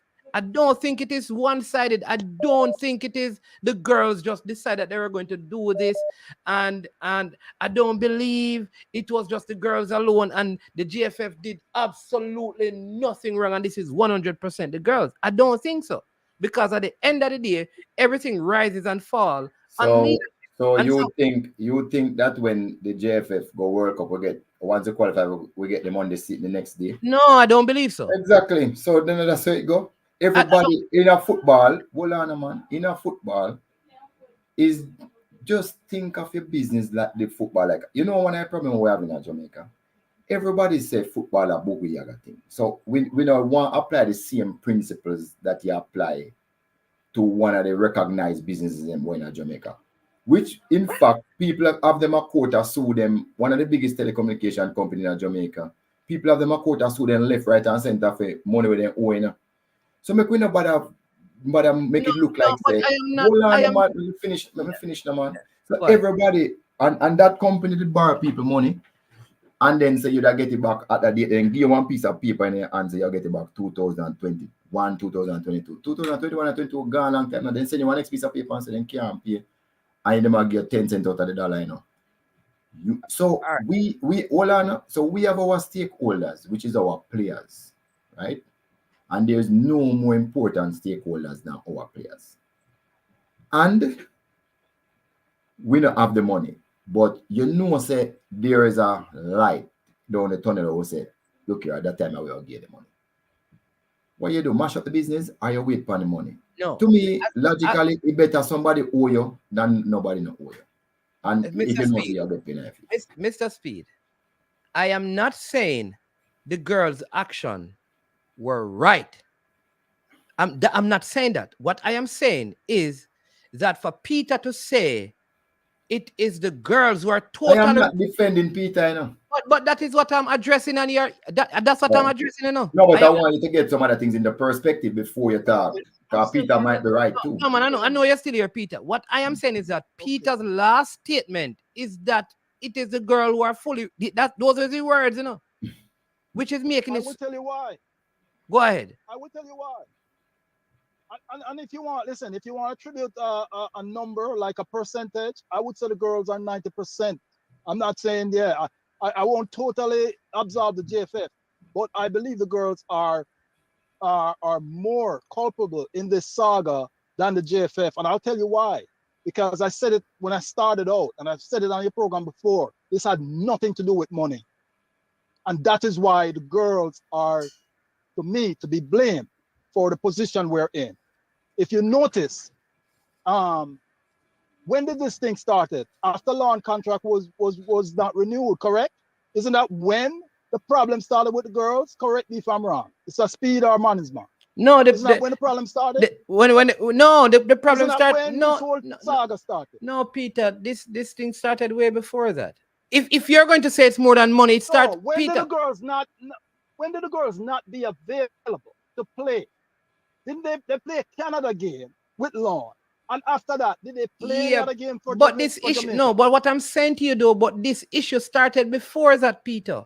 Remember that even in Yeah, the but we're talking about the girls being unavailable to play for the country. but it was That's what we're talking about listen, here, you know. did the girls say they were, remember the JFF, Peter, what I'm saying though, it was the JFF who said the selection has been suspended. So you are saying that it is not the JFF who did that, it is the girl who made themselves available. No, the girls withdraw first, management. The girls withdraw, yes. So the they girls, withdraw their service. so what was it? All right, so the girls withdrew their service. The girls said we are not going to play. All right, so why then was their selection suspended? Because we're protecting them. Because management, if you know FIFA rules, if we call them up and they don't play, they are banned from playing for their clubs up until 5 days after the FIFA window is up. And that is why even one of the girls had to ask us to give her permission to play in our game. Which we did. Manins, is your show I listen to and get all this information, so I don't know how you don't have it. What information? That was Mr. Speed just told you. What I'm saying though, here's what you're saying. Because let me go back to it again. You are saying it is more than the money. It has to do with Lauren being fired. I am saying that. All right, let's look at it. No. Let me finish. That is a part of it, but it wasn't the only issue. That's a big part of it. Fine, say it's a part of it, but it is not the only issue, though, Peter. There was management. They wrote 4 things. They put it in writing, you know. And but you that's had what I'm saying. But he's saying it is just about Lauren, and I'm saying it is not. It is more than that. Because remember, Bonish, the captain of the team, also made a statement at the World Cup about how they got there, which was condemned by most people. So there were issues before. For you to say that it was the Lauren, what you can say, that was the straw that they would say broke the camel's back, or the camel that stepped on the straw and destroyed it. Either way. Right.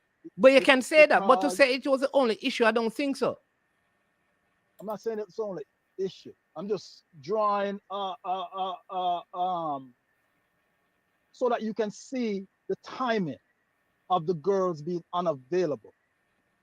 When Lauren contract was not renewed, that's when the girls withdraw their service. They have not played for Jamaica since Lauren has not been the coach, right? Everybody can see that. Whether you want to say the issue was before. Yeah, but that is a combination. All right, Peter, I'm just trying to be balanced. I hear you know. But let's say there's a No, I'm telling you. But I'm telling you why I say what I say. Yeah, but in that though, you have to speak with balance because Mr. Speed, Peter, but Mr. Speed just said, you know, that initially they withdrew. And so the next step was now the JFF. After Lauren was removed. Yeah, so fine. So after Lauren, the first game after Lauren was removed, they withdrew their services. Correction, he wasn't removed. His contract was not renewed. All right, so his contract was not renewed, and it was not removed.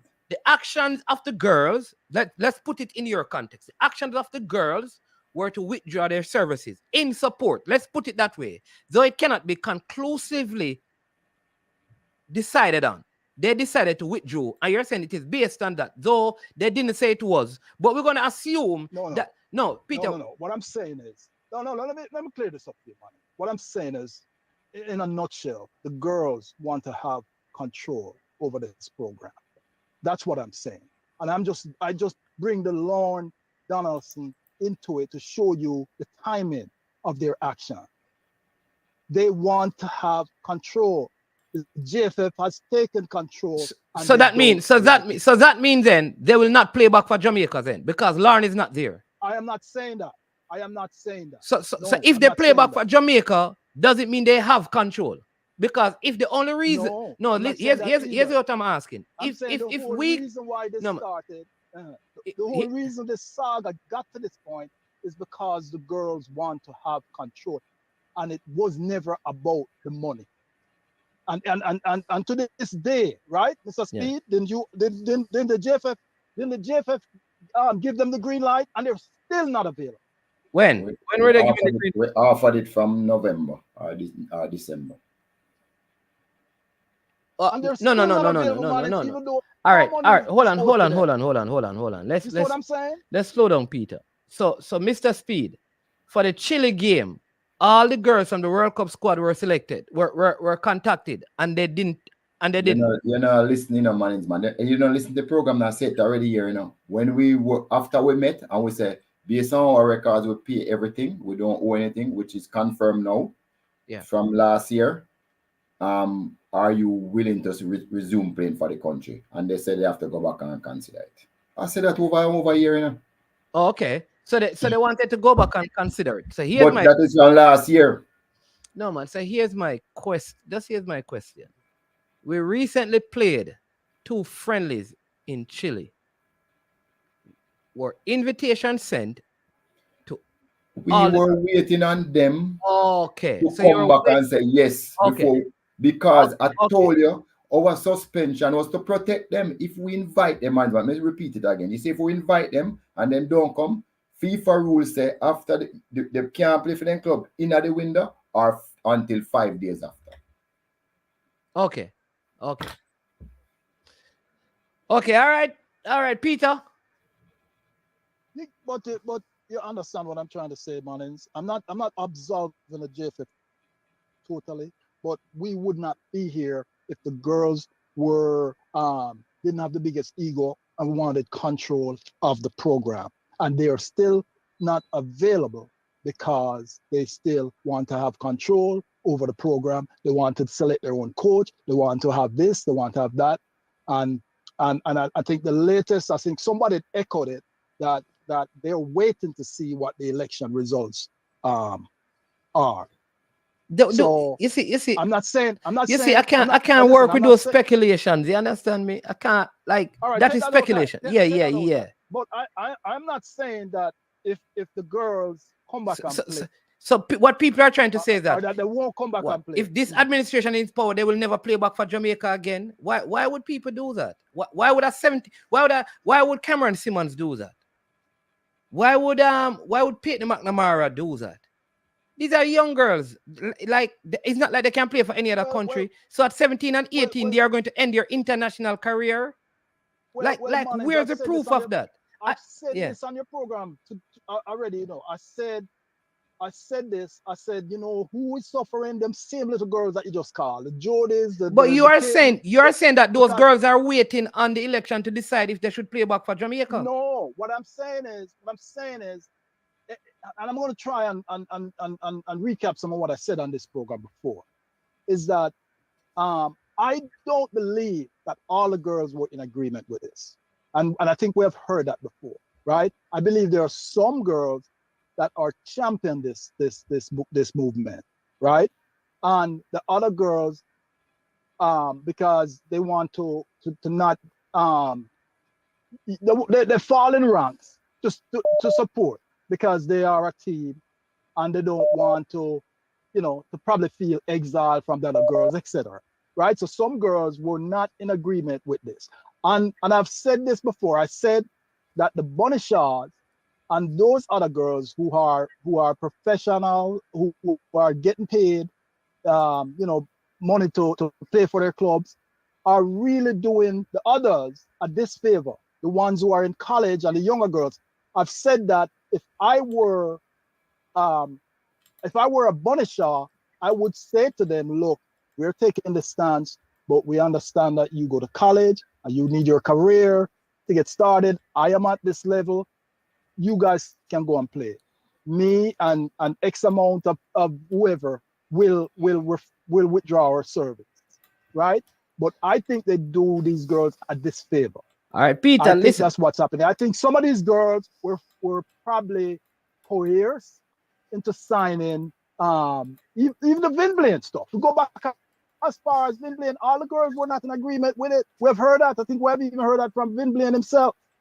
All right. Listen, Peter. I think it's a few people leading this cause and is probably damaging the Jody Browns and the younger players from moving forward with their international career. Peter, 30 minutes. And it's a selfish thing to do, man. It's a very selfish thing to do. And when you get a chance to represent your country, it's a privilege and a honor. And you should take that as a honor to represent your country. And you shouldn't hold the country hostage especially now that we find out it's out $2,500, because we know it wasn't about money. And I will always have that stance. Yeah. This could have been handled differently by the girls. And we would have been in the Gold Cup, and we could have still moved forward with negotiation. And just like Mr. Speed said, the money that is owed would still have been paid. Yeah. All right, Peter, listen, 30 minutes I'm going to, because so many people calling, man, but give thanks. your opinion, you understand me, so big up yourself. I mean, some people agree with you, some people disagree with you, but that's how the thing That's is. fine. That's how it is. Yeah. All right, then, respect. All right. That was Peter. All right, people. You know, say if one person on the call, you know, we have to get some varied view, you know, we'll get Danny Dread. Because people continue to hit the like button. Fresh God, how the likes them stay? Because we not to know, because we not to touch 82 likes. No, sir. We sure go any know, you know, Mr. Speed. Because the people them now like the show. We will come back later when the people them who like the show on. All right, let me just address this. Horace, I think Horace Brown.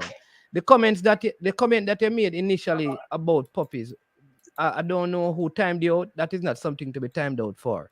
But I know the second one, because of the homophobic nature of it, it was deleted. All right. So, but for the first comment, I don't think that should have been timed out.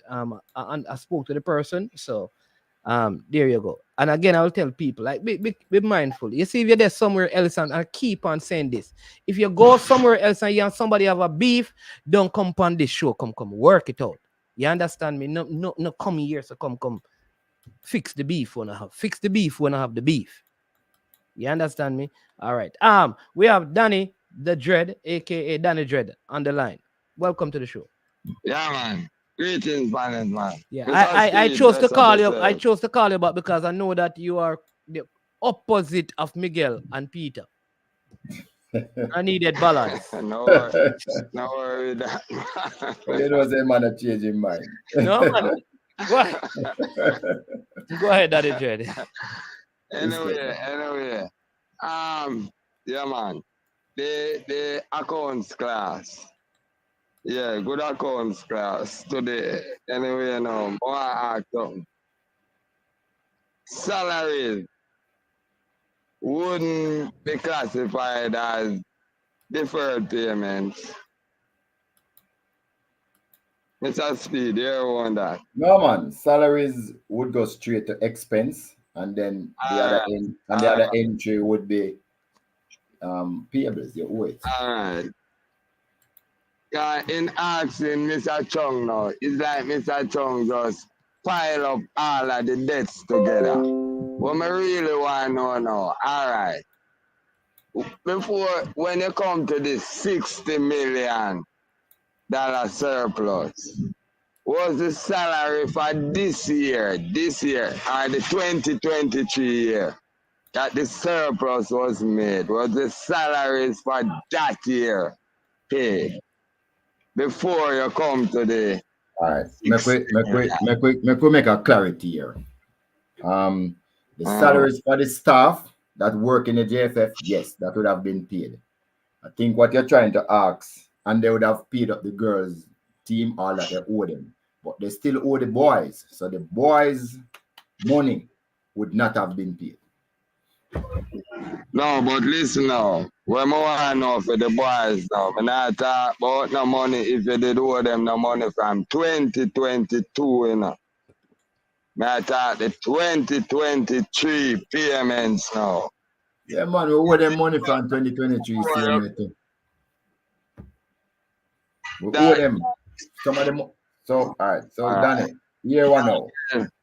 All that we owe the boys from whenever. I don't know I know a couple years ago or 3 years ago we had paid them off, but we start to owe them again. So all the money that we would have owed them over the last couple years, at the end of 2023, it would have been already charged out in our expense, either in 2022 or 2023 or 2021, whenever it was incurred. And so say it was $1 in 2021, $1 in 22, $1 in 23, that $3 would have been charged out in the expense for the year, each individual year, but the accumulated amount, the $3 would have been in our payments. And the players don't get salary, Danny. Whenever them get match fees. the money there. Yeah, we're talking yeah. like match All right. Same concept. So basically then, after you go on all of that, it does why you get to play and tell me yes or no. So the salary is for 20, all right, the match fee for 2023. They weren't paid as yet. Yes or no? For the boys, the girls were paid. The boys, no. For the boys. Not paid yet. So Not paid that yet. are the reason now.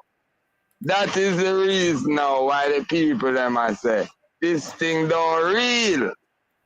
Cause salary, match fee wouldn't really put that as deferred payment, but you still not pay it and it gone to the bill. That's why them I say the 60 million not so real.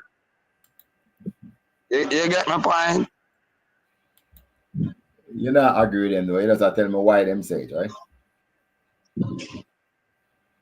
Yeah, but if you say it not pay, then me kinda agree with them. So the 60 million not so real, so probably a half of it. No. So, but anyway, you have No. What they would have done it. What they would have done is make an accrual, where it means that what businesses do done it to get a true picture at the end of a period, which is usually a year end. You know why it is so important to get a true picture at a year end? That is what the tax authorities assess you on. So if you owe taxes, then look at your profits for the whole year. So that is why accounts is done periodically, periods.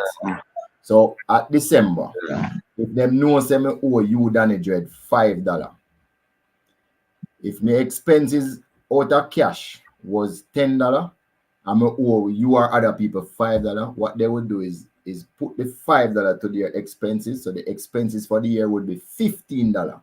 So they would have accounted for it even though they haven't paid for it. And that's how you get a surplus. So the surplus is real, but it's not cash. I hope you understand that.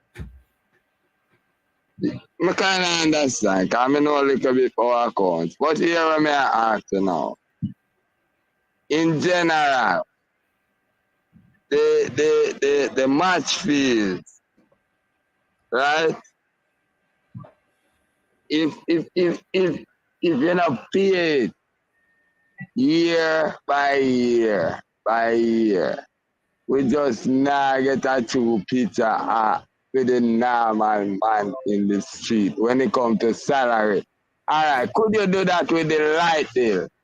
You ask, when you owe people, you and them come to agreement, or you just look on your books and decide who you have, or other part to go. All right, so it's not like that. You more look on your books and decide who you are pay.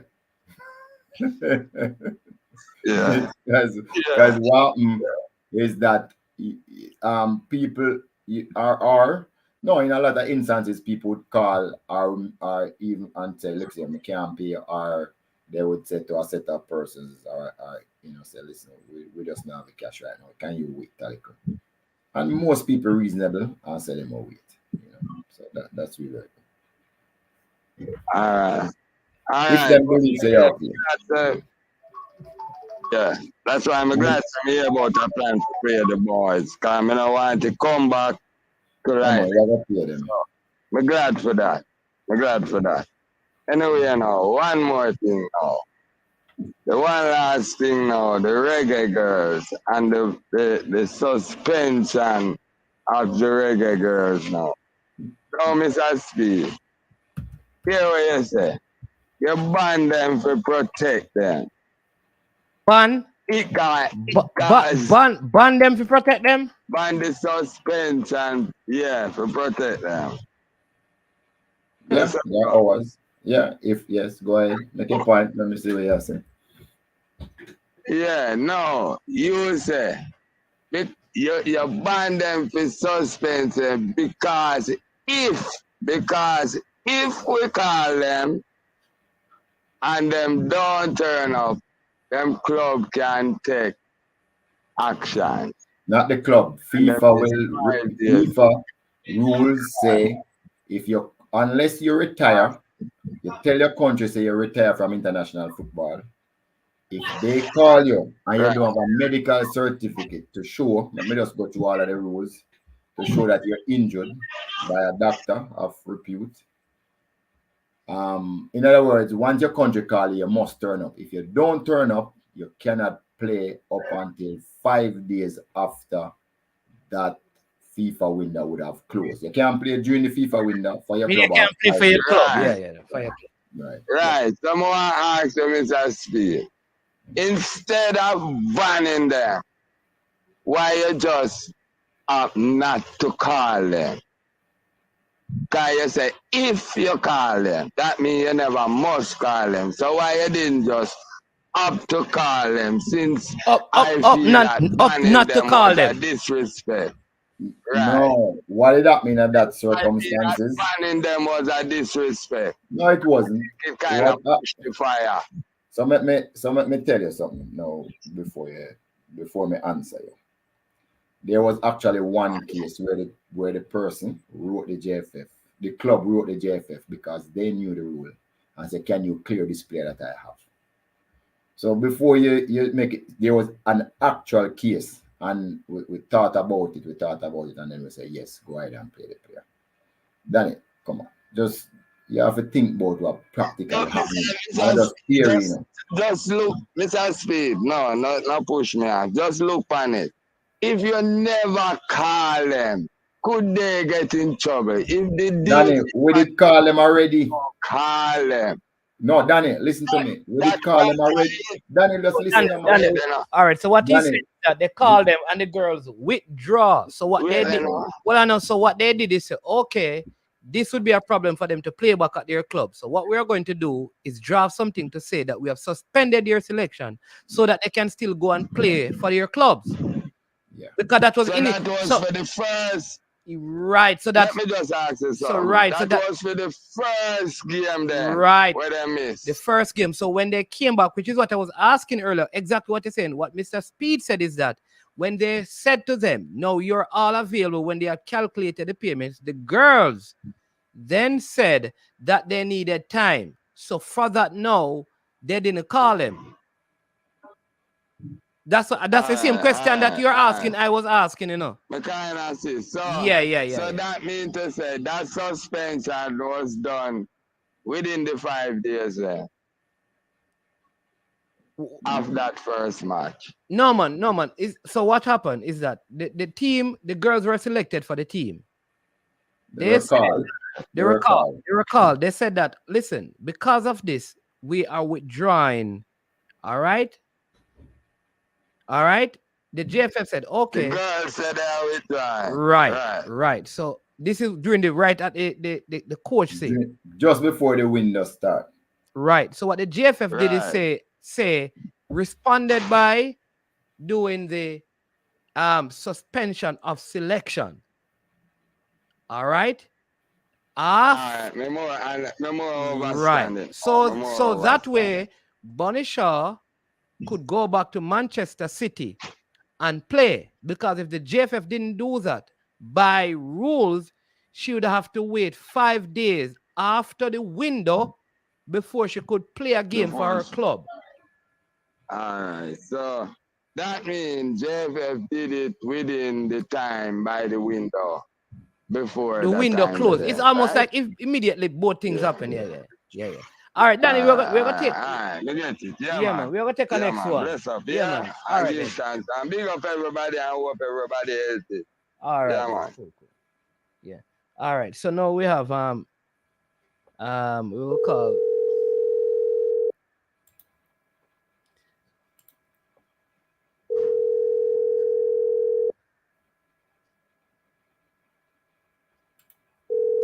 Mr. Speedy Man, I wonder what kind of a thing you're using. You know, we have Gunners Boss returning the call. Welcome to the show. Good afternoon. How are you doing, sir?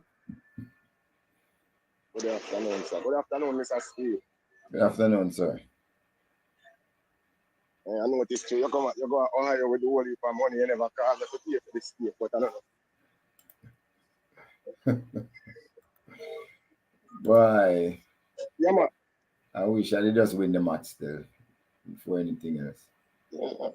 That's it. You win some, you lose some. Yeah. You can't lament. You're running a better competition. Yeah, man. Yeah. Just prepare. Just The next prepare time. better and come next year. Yeah, that man. We're glad to know say at least. And you Mr. get the Speed, hold on there. opportunity Mr. Speed, the to man, them go. I wonder if you watch the stock market or off-track betting canvas. Because then say I be a look here, look up. Let me have a next screen. So me have to do my work, man. I may have to do my business. Come on. Alright. All of you guys think it's football, give me money in a football. Don't give me a cent yet. All right, boss. Gunners, boss. What say you? I can't believe the man really cut off a call. Step on a beautiful call for that. I can't believe it. Me no want you call beautiful enough. I want it make sense. This sensible call, this intelligent call, and the man never step on a good call like that, man. Let us be the Don't do judge. that no more. Let us be the judge of the sensibility of the call. Yeah, man, all I have to say, Mr. Speed, it's a great thing for no, so when you take the youth, them and them go out there and them get some exposure and some experience. So, I youth them, build them up for next year and for the next competition. You see it? Yes. Just continue to strive for greatness. One day you will get there. Mm-hmm. No. You have Peter on the phone for about an hour and repeat himself and say the same thing over and over again. Me not disagree with Peter, you know. And me tell you something, man. Sometimes when you come on, not you. When they say, a universal me attack now, so don't take it personal and think of you me go attack. Sometimes these people type in the comment and then come over here. Oh, the JFF, that. Some people we are played it, we're involved with the JFF need to have some national pride and some character. And know that is not your national team. Pay your bills. So when you get a call up, respect the national team. This national team program, JFF did not have any win. Even before the scandal and the foolishness and the argument about monies and these things. People was at the same YouTube spaces saying, oh, a lawn team. Once it was Mr. Landonal's team, it was not the Jamaica national team. Once it was Miss Marley's team, it was not the Jamaica national team. And anything those people decide is what was going to happen. The moment them fire Mr. Donaldson, and him pick him girls, them and a team, they think them all come play for we, and that's why them still never come back. And the other day when I hear Mr. Chung over here and the office call me, and I had to run. I want to tell Mr. Chung, say, don't expect these ladies to come back. We don't have no control over that, whether or not pay them or not. It was not about Uno and the national team. It was about their sponsor and their coach who choose them to play for Jamaica. So I disagree with Peter and the caller who before. Them come with ulterior motive. Because if you never come with ulterior motive and you have some pride and some respect for your national color and your national pride flag. The United States woman them never fight the United States Soccer Federation, say them owe them and them not have no money to pay them this and the third. All they was doing, they said, listen, we are making more money than the national man's team. So why them get more than we?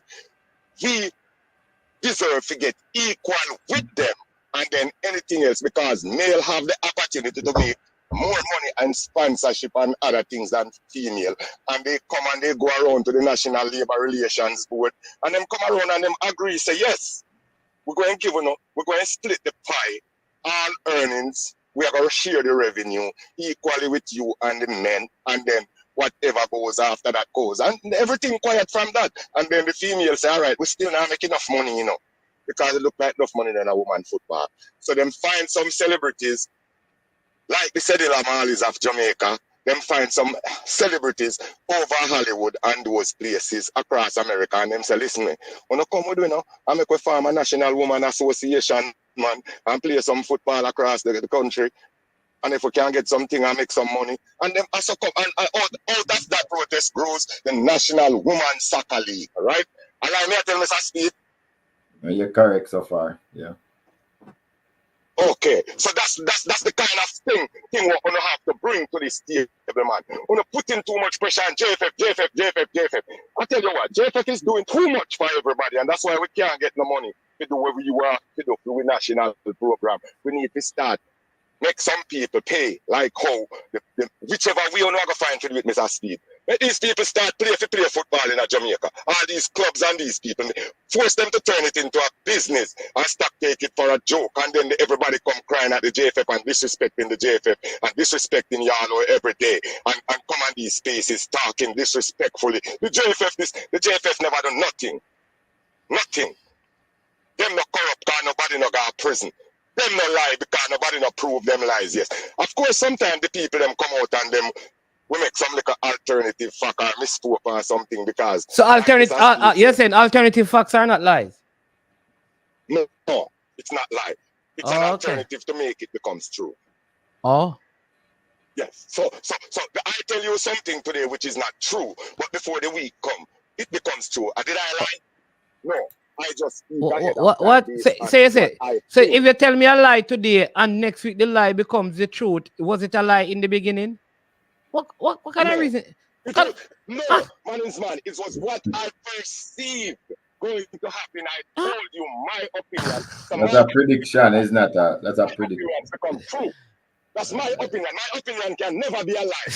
It's my opinion. If you want to take it and turn it your way and make it into a lie, that's up to you. Okay. So basically then, there's nothing called a lie then. Because all we have to do is to wait. No. But if we can wait, if I tell a man, say, listen, I'm gonna tell you this, right? But in 100 years, it's going to be true. So is it a lie?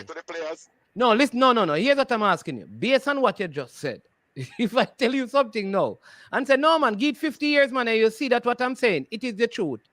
Is it a lie? You're saying it's not a lie. I don't understand that. No, it's neither a lie or a truth. That's a prediction. I am 6. I will be 60 September. I can't tell you nothing will happen in 50 years from now. All right, 10 years from now. I don't think so if you tell me something 10 years from now, and 10 years from now it happened, it's not a lie today. So first thing, if I predict something, that's not a lie. Come on, man. Then you are talking about lies. That's but you are saying that. But you mean said you jump in before me finish, man. No, you said it. You said the JFF has never lied to anyone. What they're doing is anyone. What you said is that you I said they might misspeak. No, you didn't say. You didn't say misspeaking. People in the comment, can you tell man that I did say misspeak? You said misappropriation. Hold on, still gonna. I use the word as misappropriation. I said if they misspeak, Hold on, something in the column. We could just stop. Hold on, man. There's a typo in the column. Sometimes we have to acknowledge him. Somebody say, with the promotion of the women's game, you can find that one there. It kind of start going back. The promotion of the women's game? Somebody named Laxley Gregory. You see that thing with them post? This one? Yeah. The JF should embrace the women's program because not one, including Speed, was garnered to promote the women's program. So this is why Gunners boss, the problems that we always have. People just type anything and then start believe themselves. So for instance, Cavalier has a women's Premier League team, the second best one in the country. We have it for years. It cost me a whole heap of money. Me personally, I've never gotten a cent from the women's game. So if me not promote it, I don't know what to do. So, but let me tell you, recently we Gregory, we established a general manager for the women's program. The JFF employed the person and is actually paying. It was the brainchild of me, Sidela Marley, and Elaine Walker Brown. So it's something that we did talk about when we were in Amsterdam that we try to do for the women's program as a legacy. And we employ this general manager now to deal with all women affairs, competition, everything. Right now, as we speak, we're forming the equivalent of the JPL, which is the woman JPL. We have the directors now, and we send off the documentation to the lawyer for them to start up the company, to form the company. We have subscribers from the club, because what we're trying to do is to make sure that we can go to owner sponsors and get money for run the women program, because our aim is for the women program to pay players to play. The women players, we think they should get some sort of stipend, But unless we farm ourselves in that rate, we have approached the JFF to get a 10-year MOU to take the commercialization of the women's both tier 1 and tier 2 so we can run it ourselves. So I'm just updating you, Gregory Loxley. Loxley Gregory, when you finish, you can apologize, but you shouldn't talk, or you should ask like a question, what are we doing? Just for argument's sake. But we're doing a lot of stuff now to make sure so we improve the women game. Also, we run a C license course where it's just only women run it. CONCACAF C license course, 24 women. So now we start also ensuring that women are certified coaches to take over this coaching job. We pass rules to say every women team must have a woman coach attached to it. So we're doing a lot of things to promote the women game. But as you know, it won't move overnight. Sorry. All right, go ahead. All right, Gunners boss, back to you now. Yeah, man, it started out late, Mr. Speed. It's like the JFF wasn't prepared for the woman game and the success that they bring. So it's like JFF started out late with the woman game. Most of the attention was on the national men's team, which was the team, the Reggae Boys. Agree. So now that's them the women, the females become actually a new product on the shelf. It's gonna take a while, and people don't understand these things. People just want to be critical because they want to put up some comment and get it read on social media, even though them name now call. Yeah, man, sometimes you have to just calm down, man, and understand the things, man, because no one don't know the business side of sports, because you know, listen business class and you know, research and look up nothing, no, just come here and talk some things, because you know, bright and lucky and type in the comment section, man. You have to think about these things before, man. If the ladies wanted to represent Jamaica after all that fiasco and everything, they would have returned. So when me hear a man, I go say, them never go play for Jamaica again. They might not, man. They might never play for Jamaica again because it was never about Jamaica. It was about their sponsor and their coach. And I just wanted to say, you see, when that happened, when there was a withdrawal of the team, I know some people going to talk, all them want to talk about me, but I was like working the lines, working the phones, working with coaches overseas with Xavier Gilbert to try and get a team to represent Jamaica. Because at the end of the day, what am I going to do? Sit down and say one set of persons not playing, so Jamaica mustn't play. Jamaica is bigger than that. It can't be 15 or 18 person oldest estate. So I was there making sure we get somebody, and when it looked like we wasn't going to get anybody to play, we work day and night round the clock after the withdrawal of some of the girls. People don't appreciate that. And then one of the things that I am so upset with, you see those girls that answer the call, you know what they told us? So listen, we'll be come on the plane wing, if I even on the plane, once you say come to play for Jamaica, I'll on the wing we are come on, That's their comment. And you see, one of the time when I felt so good was at the halftime.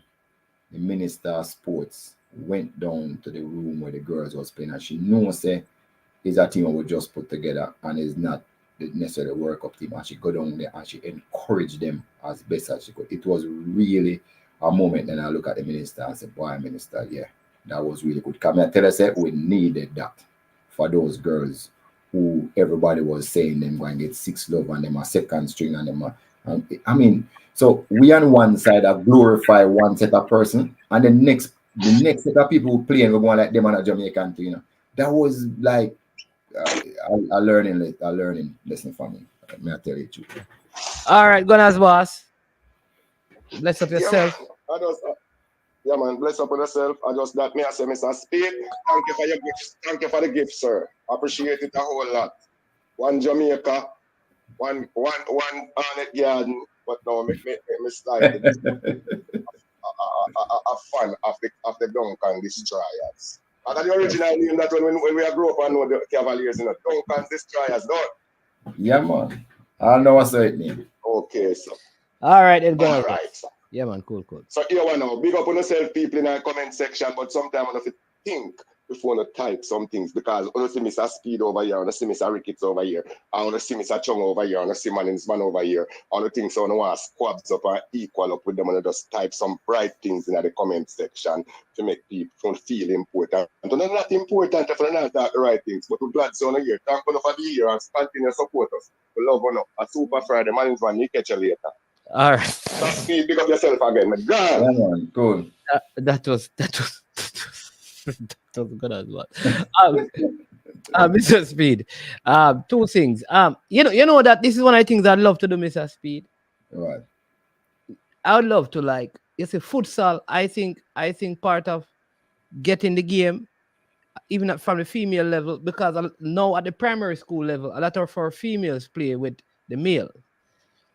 Right. And we have one age group competition in high school. I'd love to see we do futsal for because futsal develop close skills, I think it's a good way, maybe, the Jamaica Futsal Association, JFA, you understand me? And then that futsal association now begin to play futsal for girls in schools, right? And have it right across Jamaica. It's easier, less jersey to buy, less boots. Well, you don't even need boots to play futsal. You understand me? Less jersey, less players. Some schools who can't find 23 or 18 girls could use 7, 8 girls to play it. Man, me will give an MOU for you run it, because JFF can't run everything. Trust me, we don't have no money. We have 11 teams. We don't have no more money for go this. So you want an MOU for run it? What you mean, man? All right. Now I work on an MOU for you run the futsal program in Jamaica. What you mean, man? You want some of my people them we attack and I said me not do nothing. You want them do something now. So futsal is it. Yeah, man. We are the diaspora. We diaspora go work on that. But man. We want to build some indoor place and run some futsal. Yeah. We just want. Listen, it's easy. We already have the auditoriums. We can get so we can go on the time and just bam and drop that in some of the school auditoriums. Bam and play it. May I tell you, easy. You don't worry yourself. You're going to sort it out. You say you're talking like easy. Not so easy. Okay. All right. We see. All right. Is there any truth to an elite U17? Right. So that again, we keep on talking about one thing every time and not talk about things that are important. So the under 17 again is something that our technical committee look at and we brainstorm it and we put a proposal to the JFF and them accept it. So at this particular time, an invitation was sent out to all the clubs, all the Tier 2 and Premier League clubs, if they want to enter in this national under 17 competition. So yet it is true and it's going to be played this year. We don't know how many clubs though will participate, but definitely it's going to be played this year. So back to your futsal. So what I know, who this now appeared. Say something saying you don't mind helping. So appeared. Year one now appeared. All I know have to do a form myself in our organization, right? Properly, put together companies, registration is everything. And then start the thing and then you can come apply for affiliate, to be an affiliate at the JFF, all right? And so we can do it. If we do it before Sunday, we can all have 2 votes. Because they're not more vote, but we need to be constructed properly and apply properly and make become an affiliate at the JFF. All right. Somebody saying that a lot of futsal players don't correlate to regular football. No. One thing I know with futsal is that it helps with close controlling and passing skill and finding space. It helps. There's you have some futsal league that the people just play it alone and they don't play football. But futsal at your formative years, perfect for everybody. There you go. Yeah, because generally a lot of teams play like those 5-a-side, 6-a-side game in training anyways. And we have 2 touches. There is. All right. So we grew up on watching English football and European football and Brazil. This generation grew up on European football, right? The old generation, like older than you, man, like me, they grew up and watch Brazil and think Brazil and think are the best thing. So there's a new concept. It's not so new. It's not new. It's old, but when it wasn't aware, right, called relationship when it comes to football. So futsal is really what bring that out, the relationship between players. People take up for each other them attacking a unit and them defending a unit. So if you want to build relationships between units, that is why so much people now play small-sided games, 4 versus 4, 5 versus 5 to build relationship with units or teams. So yeah, futsal help in a big way. Yeah. That one is for you, Mr. Speed. Since Speed, since me I big you up all day, can I get a vote? It depends on who you want to vote for.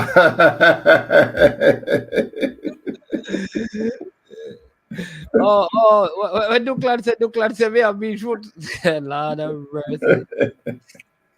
Hey, Duclan, leave me the brother. But you know, so we have 10 minutes and we're not going to do the JPL now. Fresh gotta go. So here one make we go straight to JPL. But the 10 minutes I just we do one match still. But you will say big match.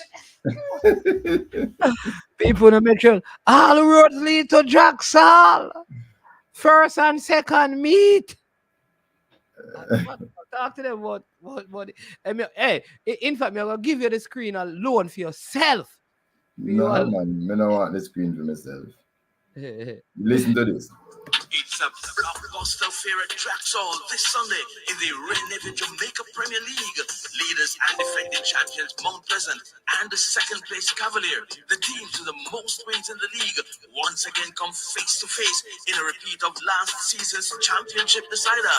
It will be a top speed affair at 3:30 in the match day 22 blowout as the exciting Tony Bailey go for another top draw strike, while the big six from the national team headed by Sule McCalla returns for the big one this Sunday at Contractual. Mount Pleasant Cavalier, 3:30. Admission $1,000. Don't miss this.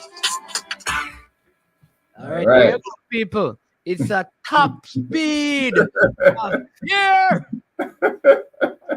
Yeah, it's a top speed. Yo, affair. What that thing? So, so we said there's a change in our coaches at Mount at. Careful now, careful now. Not Humble Lion. Yes. Yeah. There's I heard that my former coach is there now. Where your former coach? Lulu. Yeah. Christopher Bender. Yeah, he used to coach me at Constant Spring. Yeah. So. Yeah. So that's another change. People see United have 100 US bet on Cavaliers winning. 100 what? US. You're going to bet him Speed. You bet 100 as a Cavaliers winning. You want to go up against him. That would be match fixing. The coach of Cavaliers betting against them. That would be something else. Yeah. But go ahead. Yeah, Vassar Reynolds. I didn't see Shanil Thomas in the squad last night. He didn't play. Yeah. You know, we have injuries. We have some people just fatigue. And we're going through a real bad patch because we played last week Wednesday. Not bad patch, too much matches in such a short time. We played last week Wednesday. Some of the players actually went and played for Jamaica in Trinidad when they started. We play Monday, we play Thursday, and we're playing Sunday again. I found that very strange though.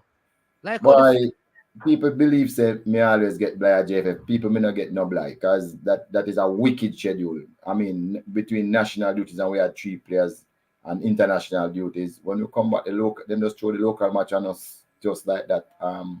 So it's like you get reward now if you not do good. Not playing international football. You don't want a good player in a national team, or you don't want to play on an international competition. Because even from last year, we're getting a raw deal.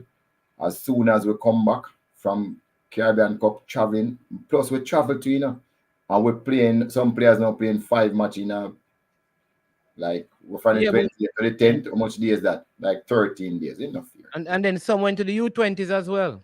Yeah, enough here. But that's how it goes there. We just roll the punch because one thing we know, it only wanna kill you make you tougher. I'm like how my team stay. Them very tough individuals, them learn to do what they have to do. So, some of those things are affecting us now. But to go back to the match, Mount Pleasant Cavalier, as you know, always I think it's the match that captured the imagination of Jamaica right now in the Premier League. That is the high stake one, based on a number of factors. From the inception, Mount Pleasant would have played Cavalier in the most famous practice match ever. That's the first one they played against a Premier League team. It was Cavalier. And I think we have met like about 16 or 17 times since. And every match has been close. There's nobody has blown out anybody. 3-2, 2-1, 1-love.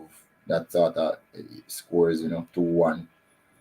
So again, everybody know that the match is going to be exciting. Goals going to be scored. There's some of the best player, and there's a contrasting in style. So we would have won the first. Well, as you know, Mount Pleasant have beaten us in the final last year. We would have won the first match this year at Sabina Park, which is one of our favorite hunting ground. 2-1. They beat us 2-1 there last year, and we were supposed to play Monday night in the doubleheader at Annett Garden, but Mount Pleasant playing for keeps. They decided they want the match on their surface, their home game, so it is changed to Sunday. You said there's no TV at that game. That is a sad There's thing. no TV, which don't even make no sense. Just like last night, no TV, which don't make no sense. If you want to promote the league, you must have the best teams on television. But that's how it goes. Yeah. Somebody's asking, I think you had answered that the Y Scout thing is just available for scouts and club. For the person who asked that question, it's not available for the yeah. No, if you subscribe to it, you get it. You can subscribe to it. If you, as an individual, subscribe to it, yeah, you can get it. Oh, okay. So you can subscribe to it and get it. All right. Yeah, So Mr. Speed. So I put listen, can who's home game? It's Mount Pleasant home game. They don't want to broadcast. Can it be broadcast live on their they don't want I am sure sports to broadcast it.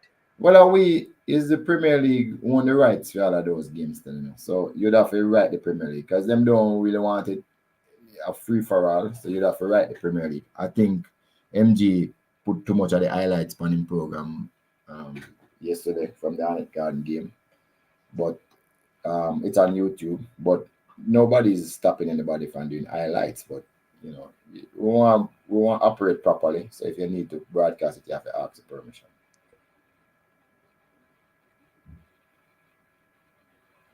Okay.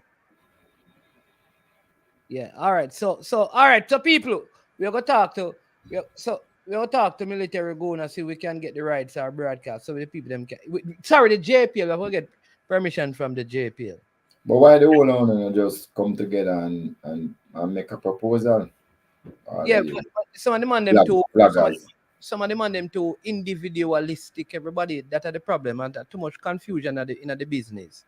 Right, No, yeah, Fresh Guy, of course, people are show the full game, yes, but the truth is they're not supposed to. So it's not because I'm saying it's probably not available, but if eventually we want the sport to go in the right direction, the sport expensive, the clubs need this revenue from television, right? It's a big thing. Is it make every sport work the way they do? You name it. So the truth is, would I really like for we do things properly. So we're Jamaicans already. We just feel so we can do anything we want to do. You should refrain from doing that because you can get sued. So people might not sue you, but that don't mean you should just go and show the matches on a whole. We as club like to get the publicity, but we know better because at the end of the day, we have to commercialize the sport, and people should really pay to the show our games in full, whenever they like. All right, so we'll get the letter to the JPL and see if we can get it done for Sunday. I think honestly, I really think that's a game that the fans should see. All right, Military Guna, you and I need to work on that. We need to, do the commentary, see if we can, get the games up. The JPL will call Mr. Speed. We tell him, so nobody tell them that. But I don't know if they're going to say yes, but I'm telling the proper way.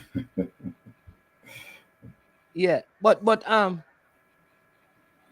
you see, one of the things that the bloggers them do. So but Mr. Speed, let me just say this. So we have a bet, because Mr. United and Real Albala, Mr. United already he must send him $100, No, me can't get involved in a betting, you know. No, man, just tell you what happened. So one man I do $100 on Mount Pleasant winning, one I do $100 on Cavaliers winning. All right. Me no want to hear. Me can't get involved in a betting. Me know, man. Me not tell you. I know you may tell. You not tell me. No, me not tell you. The people Okay. I people Let's talk. Yeah, okay. I people in the comment section me talk to you. Oh, military gonna say he can't stream the game. I guess he has other engagement. I'm not supposed to. Oh, he's not. Even if he can't get permission to do it. You see, everybody. Let me tell you the problem with all of us. So we are the blogging. Everybody think them have television face and want to show them face when them attack.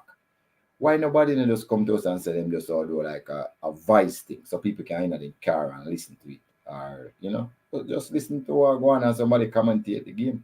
Oh no, man. Where you want me to radio commentary? Yes. But the thing is that because where am I going to do the rate?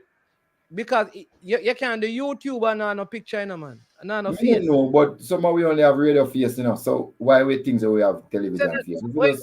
Wait, say a military gun alone I do video game now. Say a military gun name man really I throw some stone around the just on a TV face, my brother. Military gun you never talk, but say that the TV face, my brother. You only have radio face and you want to go for a TV face. You want joke thing this. That's what a face argument that military. So no, but I think it would be easier to get a commentary going, and we have to start somewhere. I'm disappointed that the radio stations don't come out and carry the games, because sometimes people are traveling, but they want to hear the score. I'm really disappointed that. All right, so I'm gonna try to see if I can do something, even if me can just do something where me do commentary at the game, because I can do that. Even if there's no video. You understand me? The issue though, like I said, is that the thing with when they go on YouTube, people want to see some sort of picture or stats thing. So maybe somebody can do that, Yeah. No, Triple E, them set up there to elaborate for management. You understand me? The game is not televised because it should have been a Monday night game. Correct. But what that would have mean is that Mount Pleasant would have moved their home game to Arnett Gardens. They didn't want to do that. All right, so they're playing the game at Draxall, so that is why it is not being televised. I think Limal end up getting the Monday night game. No, it's only one game. It will be the Arnett Garden. Yes, Limal? Yeah. Only the one. But this is what I'm saying, that Limal Arnett Gardens. Yeah.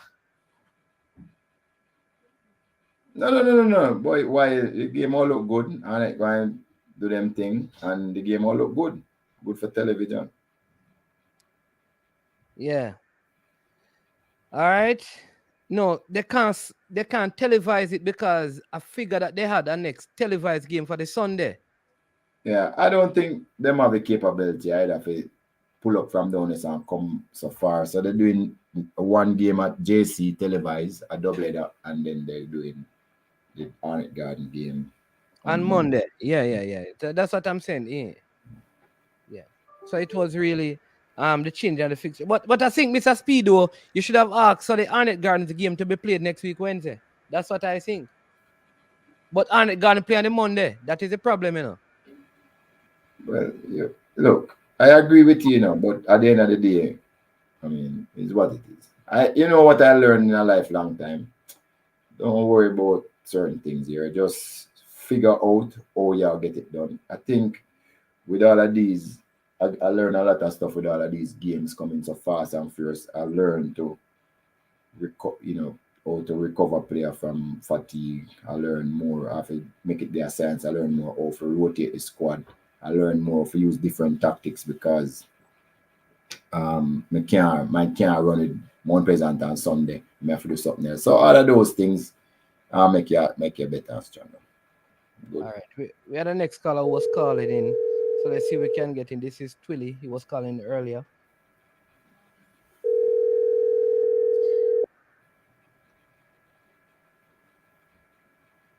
Blue Mountain Entertainment Group. Where you going with? Where do you stop fixed playing now? Can't hear from you anymore. Not getting through to Twilly. I see y'all. Real Albala, real Albala was calling. I wonder if I must mistake, you know. Maybe I text him that text, you know, cause real Albala and I talk on the phone, you know. Text them and I text, you know. Yeah. And somebody saying that the players are younger, so easier recovery. But that is that. Any other big game outside of that one I want to talk about, Mr. Speed? Well, the other big game is really Tivoli Garden versus Dundowling. And I think that's one of the televised games on Sunday. Dundowling, if you saw how they dismantled Harborview the other night, you can know that Dundowling is rounded into some form. So, but there was something unique about Dundowling play. It wasn't the usual having to break all lines. It was more that they were playing more in transition. They were playing much faster and attacking at will. And I thought that Dundowling now bring a different dimension to their game, and people have to be wary of the new dimension. So now I know why Military Guna can bring the Cavalier Mount Pleasant game. See it, man? I put more Military Guna support, you know, see I put it up fast, quick and fast. He might have Portmore Waterhouse. Yeah. Well, I never really hide it and support Portmore. You know, a Portmore team, I just Cavalier second team, but him not hide it. I just let it go. No, man, I don't be holding them second team, man. Also? Yeah. So what happened is that and then to be honest now, Tivoli Garden, I mean Jerome Waite is in good form. For a while him kind of hide the system what he was going to do, but it's full blown now. It's the old system, but him have a few little tweak. Him learn some new tricks with it. So him is even more dangerous now at Tivoli Garden. So him have some tweaking it from the Arnett Garden style. So don't think it's the straight Arnett Garden 3-4-3 my play. Him have some tweaking it, which make him dangerous. So that to me going to be a difficult match. Two veteran coaches who win title, one win 4 at R5 and one win 3. So it's the two coaches that combine when the most likely in the Premier League going head to head with each other. So it's gonna be interesting in that game. All I know is that this Dundowling team is looking like a dangerous team at the back end of this thing and Tivoli Gardens. You know, I feel like this is probably the hardest to pick 4 semi-finalists. I think like you're not even sure like who gonna be the first and second automatically qualify for the semi-final. I think like I feel like cause depending on the result this week, Portmore could be second or first. No. Who is third? If Portmore win? No. Portmore and Tivoli have 41 points. Cavalier have 45 and Mount Pleasant have 46. There's no way anybody can continue them for this week. Yeah. Yes. I think these two teams go straight into the semi-final. You see the other who else the other two? I think this is going to be the most competitive playoff to get into the semi-final. For now, because some people are saying that Mobile United getting into it, you know, because getting into the Mobile United fans convinced that they are in the top 6. The Dundowling fans convinced that they are in the top 6. Portmore, Arnett Garden, Waterhouse is going to be very, very competitive. Well, I agree with you. There's still 8 teams that have a chance, although if after this weekend, I don't think if Montego Bay lose the game, if Montego Bay lose after this weekend, Montego Bay playing Treasure Beach, you know, man. Me almost guarantee some Montego Bay go win. Well, if them don't get full points, let me say that out of this game, because not guaranteed, because Treasure Beach don't think them out, them still think them have a chance, so I expect them to fight. Arnett Garden definitely winning. Oh, well, yeah, I would say them beating Limeall, man. Yeah, I would say that. But I want to tell you something, see. One of the things that a lot of people don't realize, there's a table, you see, called a farm table. And it gives you the last 5 games. You know where Treasure Beach is? 10th. Not 14th, 13th or 14th. They are 10th in the farm table in the last 5 games. And some of the time you have to watch that. You know where Dun bowling is? First. So we were correct about Dun bowling being really good over the last 5 games. Yeah. And but Treasure Beach. Where's Mobile United? Mobile United is 5th in the All farm. right. All right. But Treasure Beach is 10th, not 13th. So again, you have to kind of watch the farm table when you're trying to come up with points, because what happened over the whole season not necessarily means that the club is in that position now. If you check on all of Mullines is 8th in the farm table. So those things are important. So we go to Portmore and Waterhouse, since some such man want to talk about Portmore and Waterhouse. Military Guna, the man I call you such man. See the level of disrespect, Military Guna.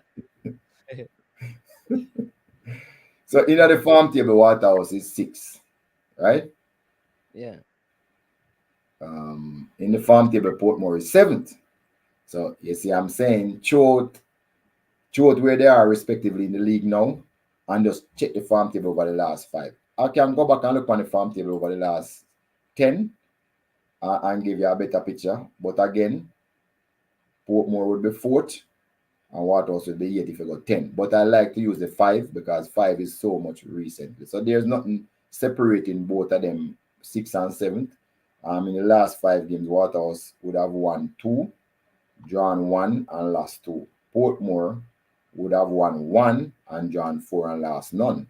But they have drawn 4, which means things is a little, they're at a crossroad now, because this is the first time they have been made to struggle like that since the season started, just winning 1 game out of 5. So it's gonna be really close. So Portmore have a lot of things pending. If Walsh come back, them have a much better chance. So Military can tell us if Walsh will come back, because if Walsh is back, then you know him salivating, because he knows Walsh can do it. But they didn't have Alex Marshall for the last game, and Emilio Rosso and Steve Young for the last game, you know. Because those guys were with the team, so. And maybe that's why they draw. But if you look at Waterhouse, they have conceded like 1 goal per game. Portmore is much tighter. And the most important player for Waterhouse were not there. Their captain, Foster, who a lot of the forwards don't like to see Foster in goal, and Fletcher. Yeah, but they lost though, you know, while they were not there. Yeah, they lost. But those 2 is like half, them about quarter of the team. So you're right. For those 2 to come back, Waterhouse will be stronger. But so will Portmore. Portmore, you know, will strong. But over the year, Portmore has been a tough team to beat. They have been in, I think, in 3rd or 2nd position at some point. Portmore didn't lose the last game, and Rudolph Austin scored late in that game, and I said Waterhouse lost the last game. Oh yeah. The Waterhouse. No, Portmore hasn't lost. Listen, Portmore hasn't lost. Mount Pleasant defeated Waterhouse. Yeah, Portmore hasn't lost for probably about. Portmore hasn't lost for 10 games, you know. Yeah. It's a lot of drawing. But Portmore, Cavalier, and Mount Pleasant hasn't lost in the last 10 games. Whoa. Listen, let me just say this. Real Albala. Mr. United plays him better already. So me just want you to know that. In place him 100 US bet that Cavaliers beating Mount Pleasant. Him say him not bet in a pocket, brother. So you need to put up or shut up. So him say, me tell you that. Me tell him, say, you understand, man? Portmore has only lost once in the last 15 games. That's how good Portmore is. While Waterhouse What about Cavaliers? 5 times. Cavaliers has only lost once in the last 15 games. Mount Pleasant would have lost 3 times. So that is. Hold on, Mr. Speed. I want you to come back to that, but TikTok has been asking this question over and over. And I'll put up. It mean that he really wanted answer. First, him asking about there's a thing out there about a U18 team going to Turkey, and then which team going to Turkey, or are you planning for the U15 to go into Malmo? Right. So yeah, just that Jamaica would understand that we take our development serious. So yes, it is true that a U18 going to Turkey. What they're trying to do is to line up certain teams for certain international commitments. So it is true that a under 18 is going to Turkey. The under 15 going to Malmo, I'm not sure. It's something we're looking at. I can't say yes. The Turkey one look like it's definite. The Malmo one is a plan at this stage.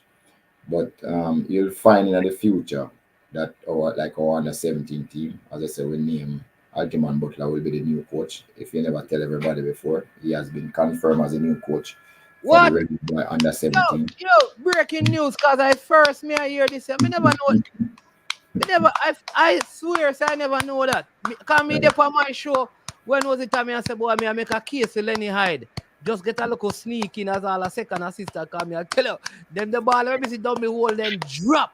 Me I tell you say. Me I tell you no like Carlton Simmons is his assistant. Another national. I think he played national football. So yeah, and these people are from so all of the people who say me the people from the diaspora. See, those two coaches are from the diaspora. Carlton Simmons is at Valio. He's one of the directors at Valio Academy. Right. They have a club in Portugal, one in Ireland, Northern Ireland, and in New Hampshire. Yeah. So and there's plans. I mean, we have plans for those under 17 players to be extensively prepared. I think they'll have their first camp in April, when during the Easter.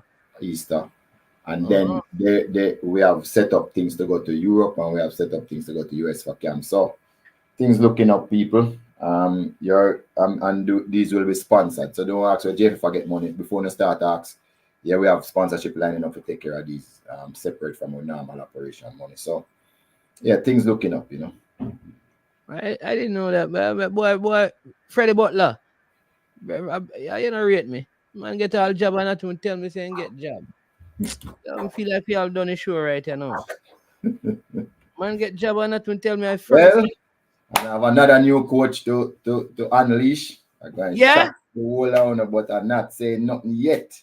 People, we're doing a thing, so we know we get criticism and probably some rightly so, but we'll work hard. For male or female team? Male team. Another top coach, male team we're going to employ. So no worry on yourself. Things looking up. Hey, but the under 20 have a coach, under 17 under coach, national team have a coach, and the next go on here. So fresh you talk about half of you. You big coach I get hired, brother. You about half of you, all right. Coach I get hired. That more negotiation for your next big coach. Oh boy. That's why Ancino come on the program today.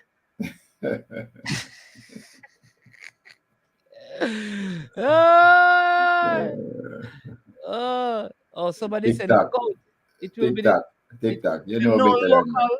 Is on our U17. So that means no local. Lenny Hyde can put Lenny Hyde to be the second assistant, man. No man, and that they mean. He said that player him at top, man. No man, he says that it looks at it will be the first time that no local is on our U17. So when matter coach or player? Local must be local coach. No man, a local coach will be assigned to it too. It will be 3 coach. You know who they're asking if you know who Powell, Mr. Speed. I know a lot of people. Just who Powell is a female soccer coach. Him see him a talking player. No, that TikTok that will never happen. Never. Cranky, you can put that in your pipe and smoke it.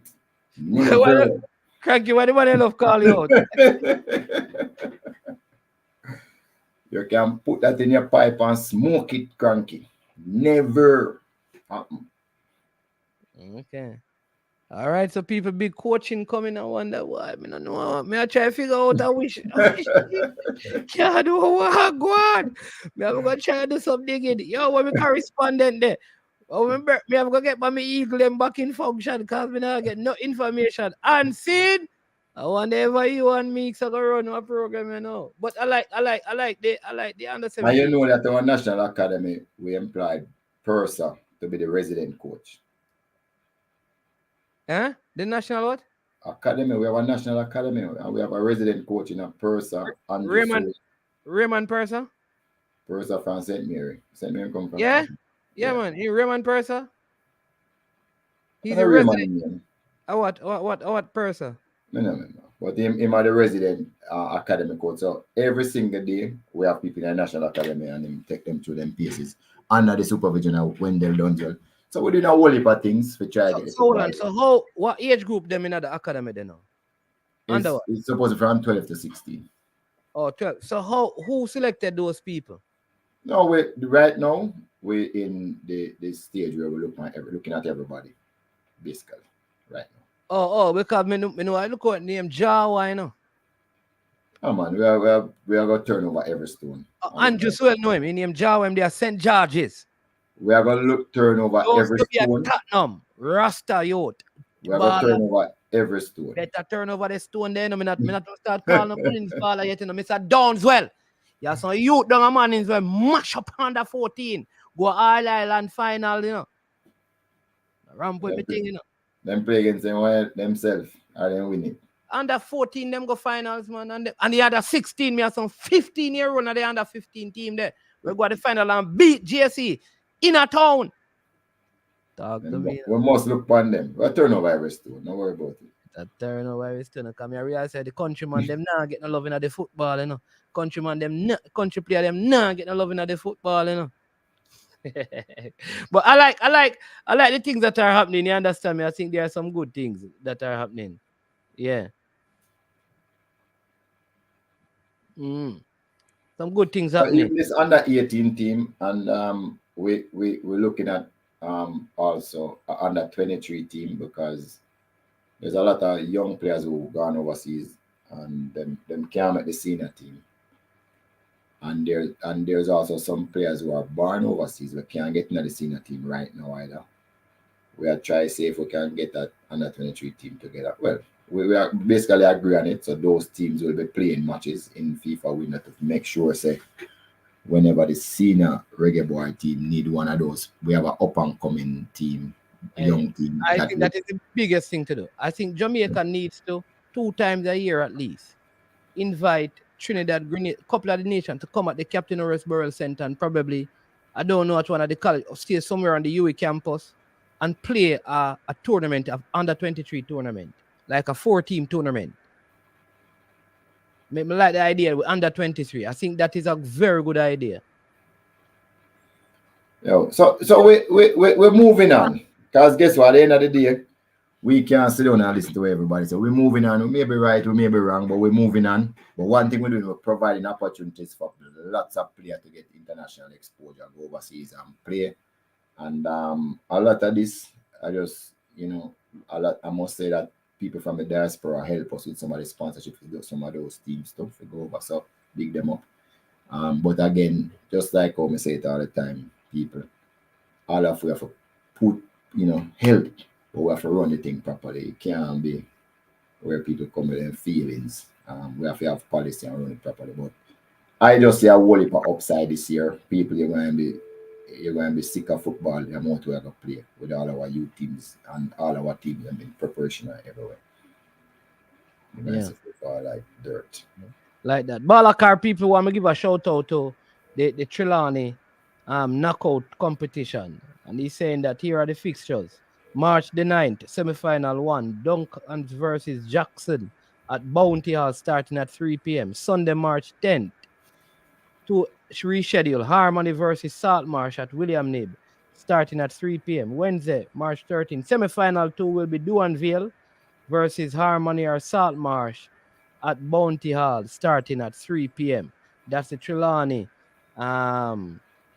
knockout competition. Big up Damian Hyatt, don't be holding the pretty football team. You understand me?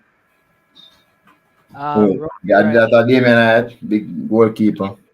Big goalkeeper. Well, be a cuss them and they cuss every day. And if man, miserable. I'd seen you. Yeah, man, fresh God. But me understand, say, the club, the man, he's a leader at the club, so he cannot really be fired. It's repositioning. Because we had gotten reports that Mr. Bernard at Harborview, but we understand that he cannot be fired. It would have to be repositioning, maybe let it, the others run it and him step up into the technical director capacity. But he can't be fired, Fresh God, because he would have to sign the document to fire himself. So he just why you talk like that?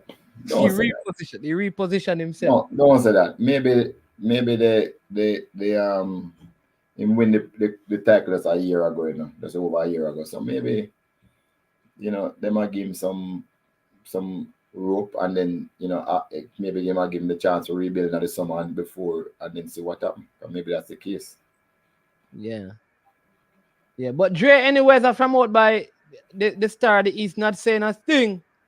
And he was a Harborview man, Every JPL show that man used to be on it until he realized that Harborview can make the playoff, The man stopped coming on the show about Friday. What do you mean by themselves fire me from where? Cavalier? No, my director now fire me, because I do the job for the last 7 years. I win, me come second twice, and I go come third the next amount of time. I'm not gonna fire me. Okay. So, who them all get after them fire me? Who them will employ management with them fire me? Cavalier. Me don't know. What name? Oh jeez. Look, Layla. And me work for free. You see why they now fire me? Layla not work for free too, man. No.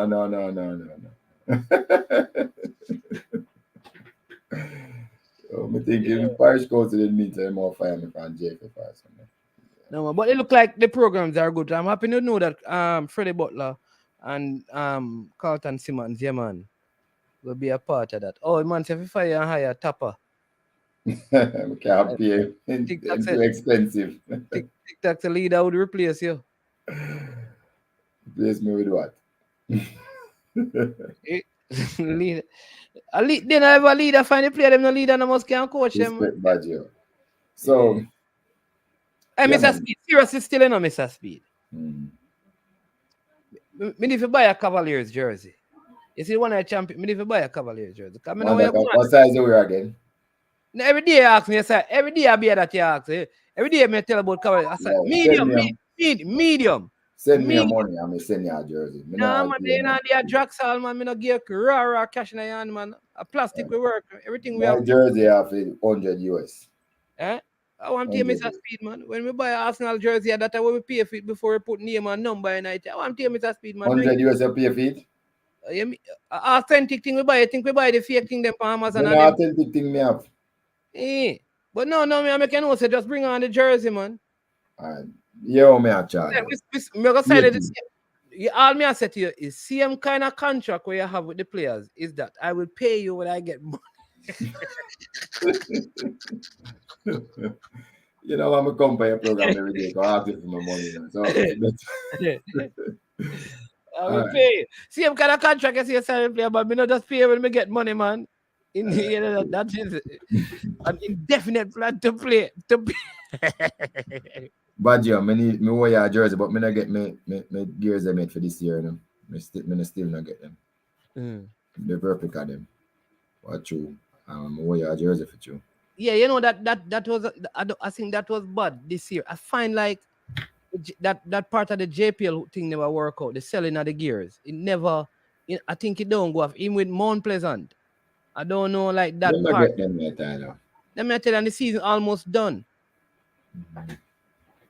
I think that was a big setback this year because I know when they just bust them, like some of the jerseys, the jerseys them look good, me I tell you, and I think a lot of people would have bought them when them but it just never work out. I think the JPL missed out on a lot of revenues right there. Lot of revenues. So I hope somebody said DW said he got his online real quick in a few days. Okay. What team get? What you got? Which team replica jersey you got, DW?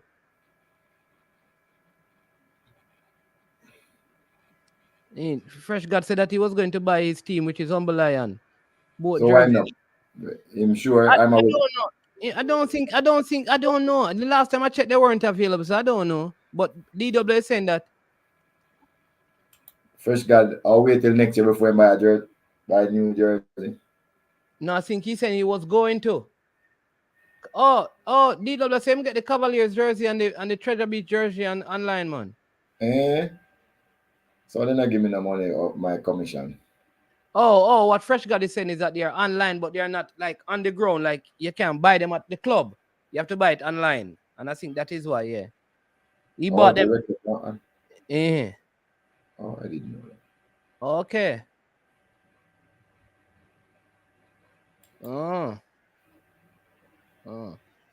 Yeah, man. All right, Mr. Speed. So listen, we'll see you on Sunday. Yeah, man. All the best.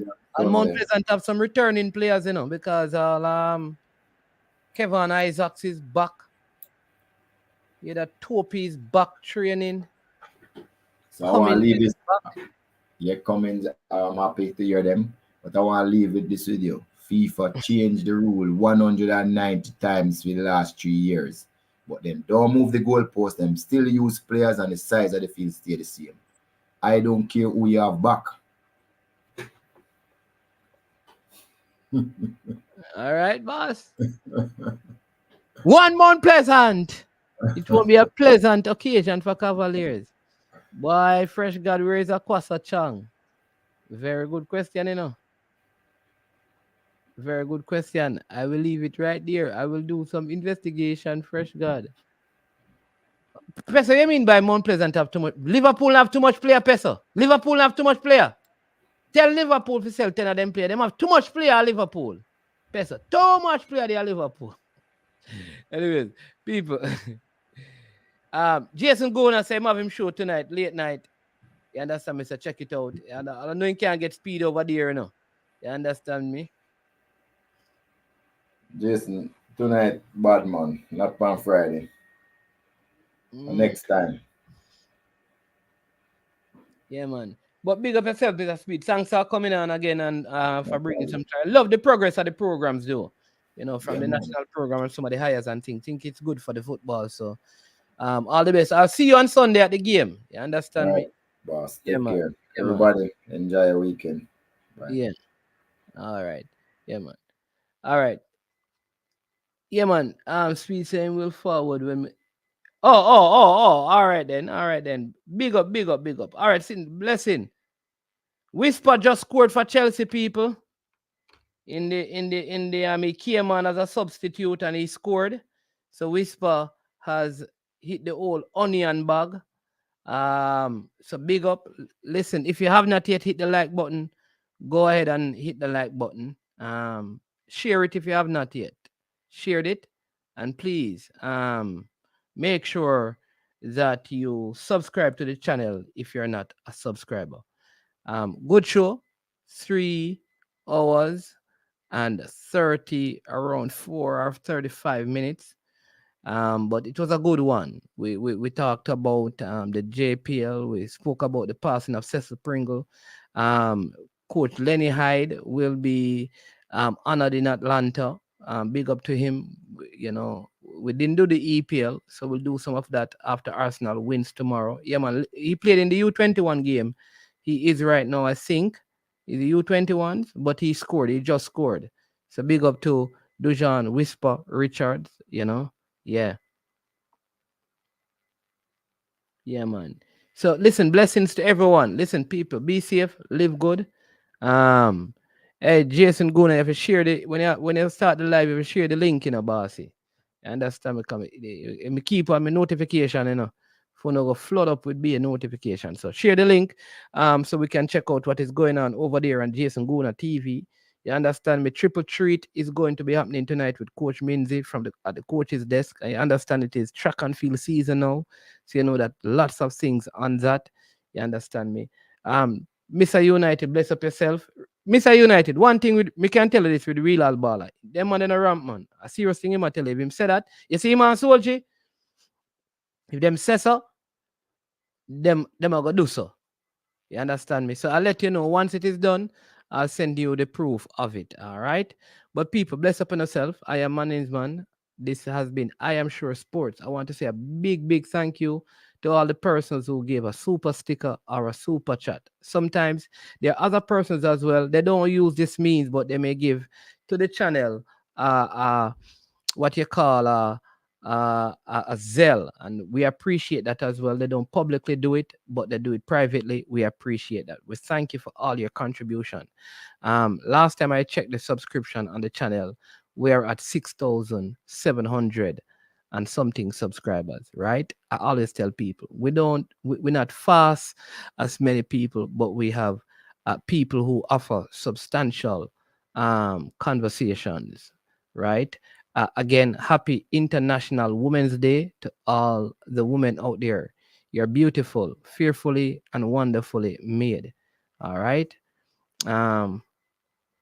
Be yourself, be the best version of you, and be the best you can be right now, because tomorrow isn't promised to you.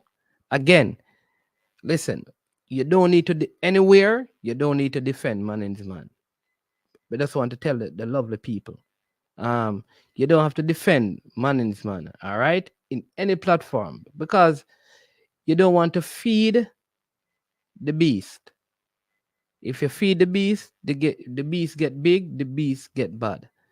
So when you hear people criticizing, Pristine, there is the Zell information running on the banner. When you hear people criticizing and stuff, just leave it. Let it be. What I know is that the more they talk, is the more people will know. And one thing you must never try to do is to get who don't like you to like you at the expense of showing love to those who are showing you love.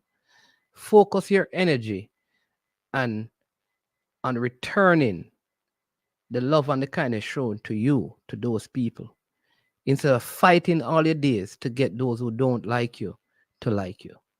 Because sometimes, if you really ask people why you don't like the person, they have absolutely no reason. When you listen to me, why they don't like you, they have no reason. They just decide that they're just not going to like you.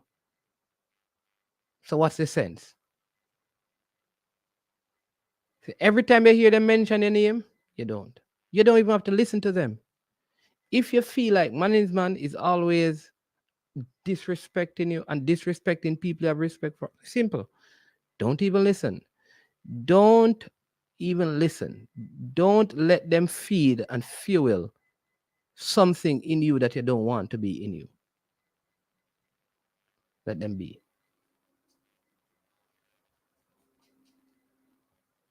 So big up yourself. I think I may be on tomorrow. I have an entertainer that's supposed to pass through Dukeland. I did promise this, and I'm going to keep it. Big up yourself, every single one of you. Live good, be good. I was at one of the funerals. I told you I had 3 funerals, right? One of them was yesterday. And here's what funeral always remind you. You see your kids, your parents, you just your family. Cry with them now. Embrace them now.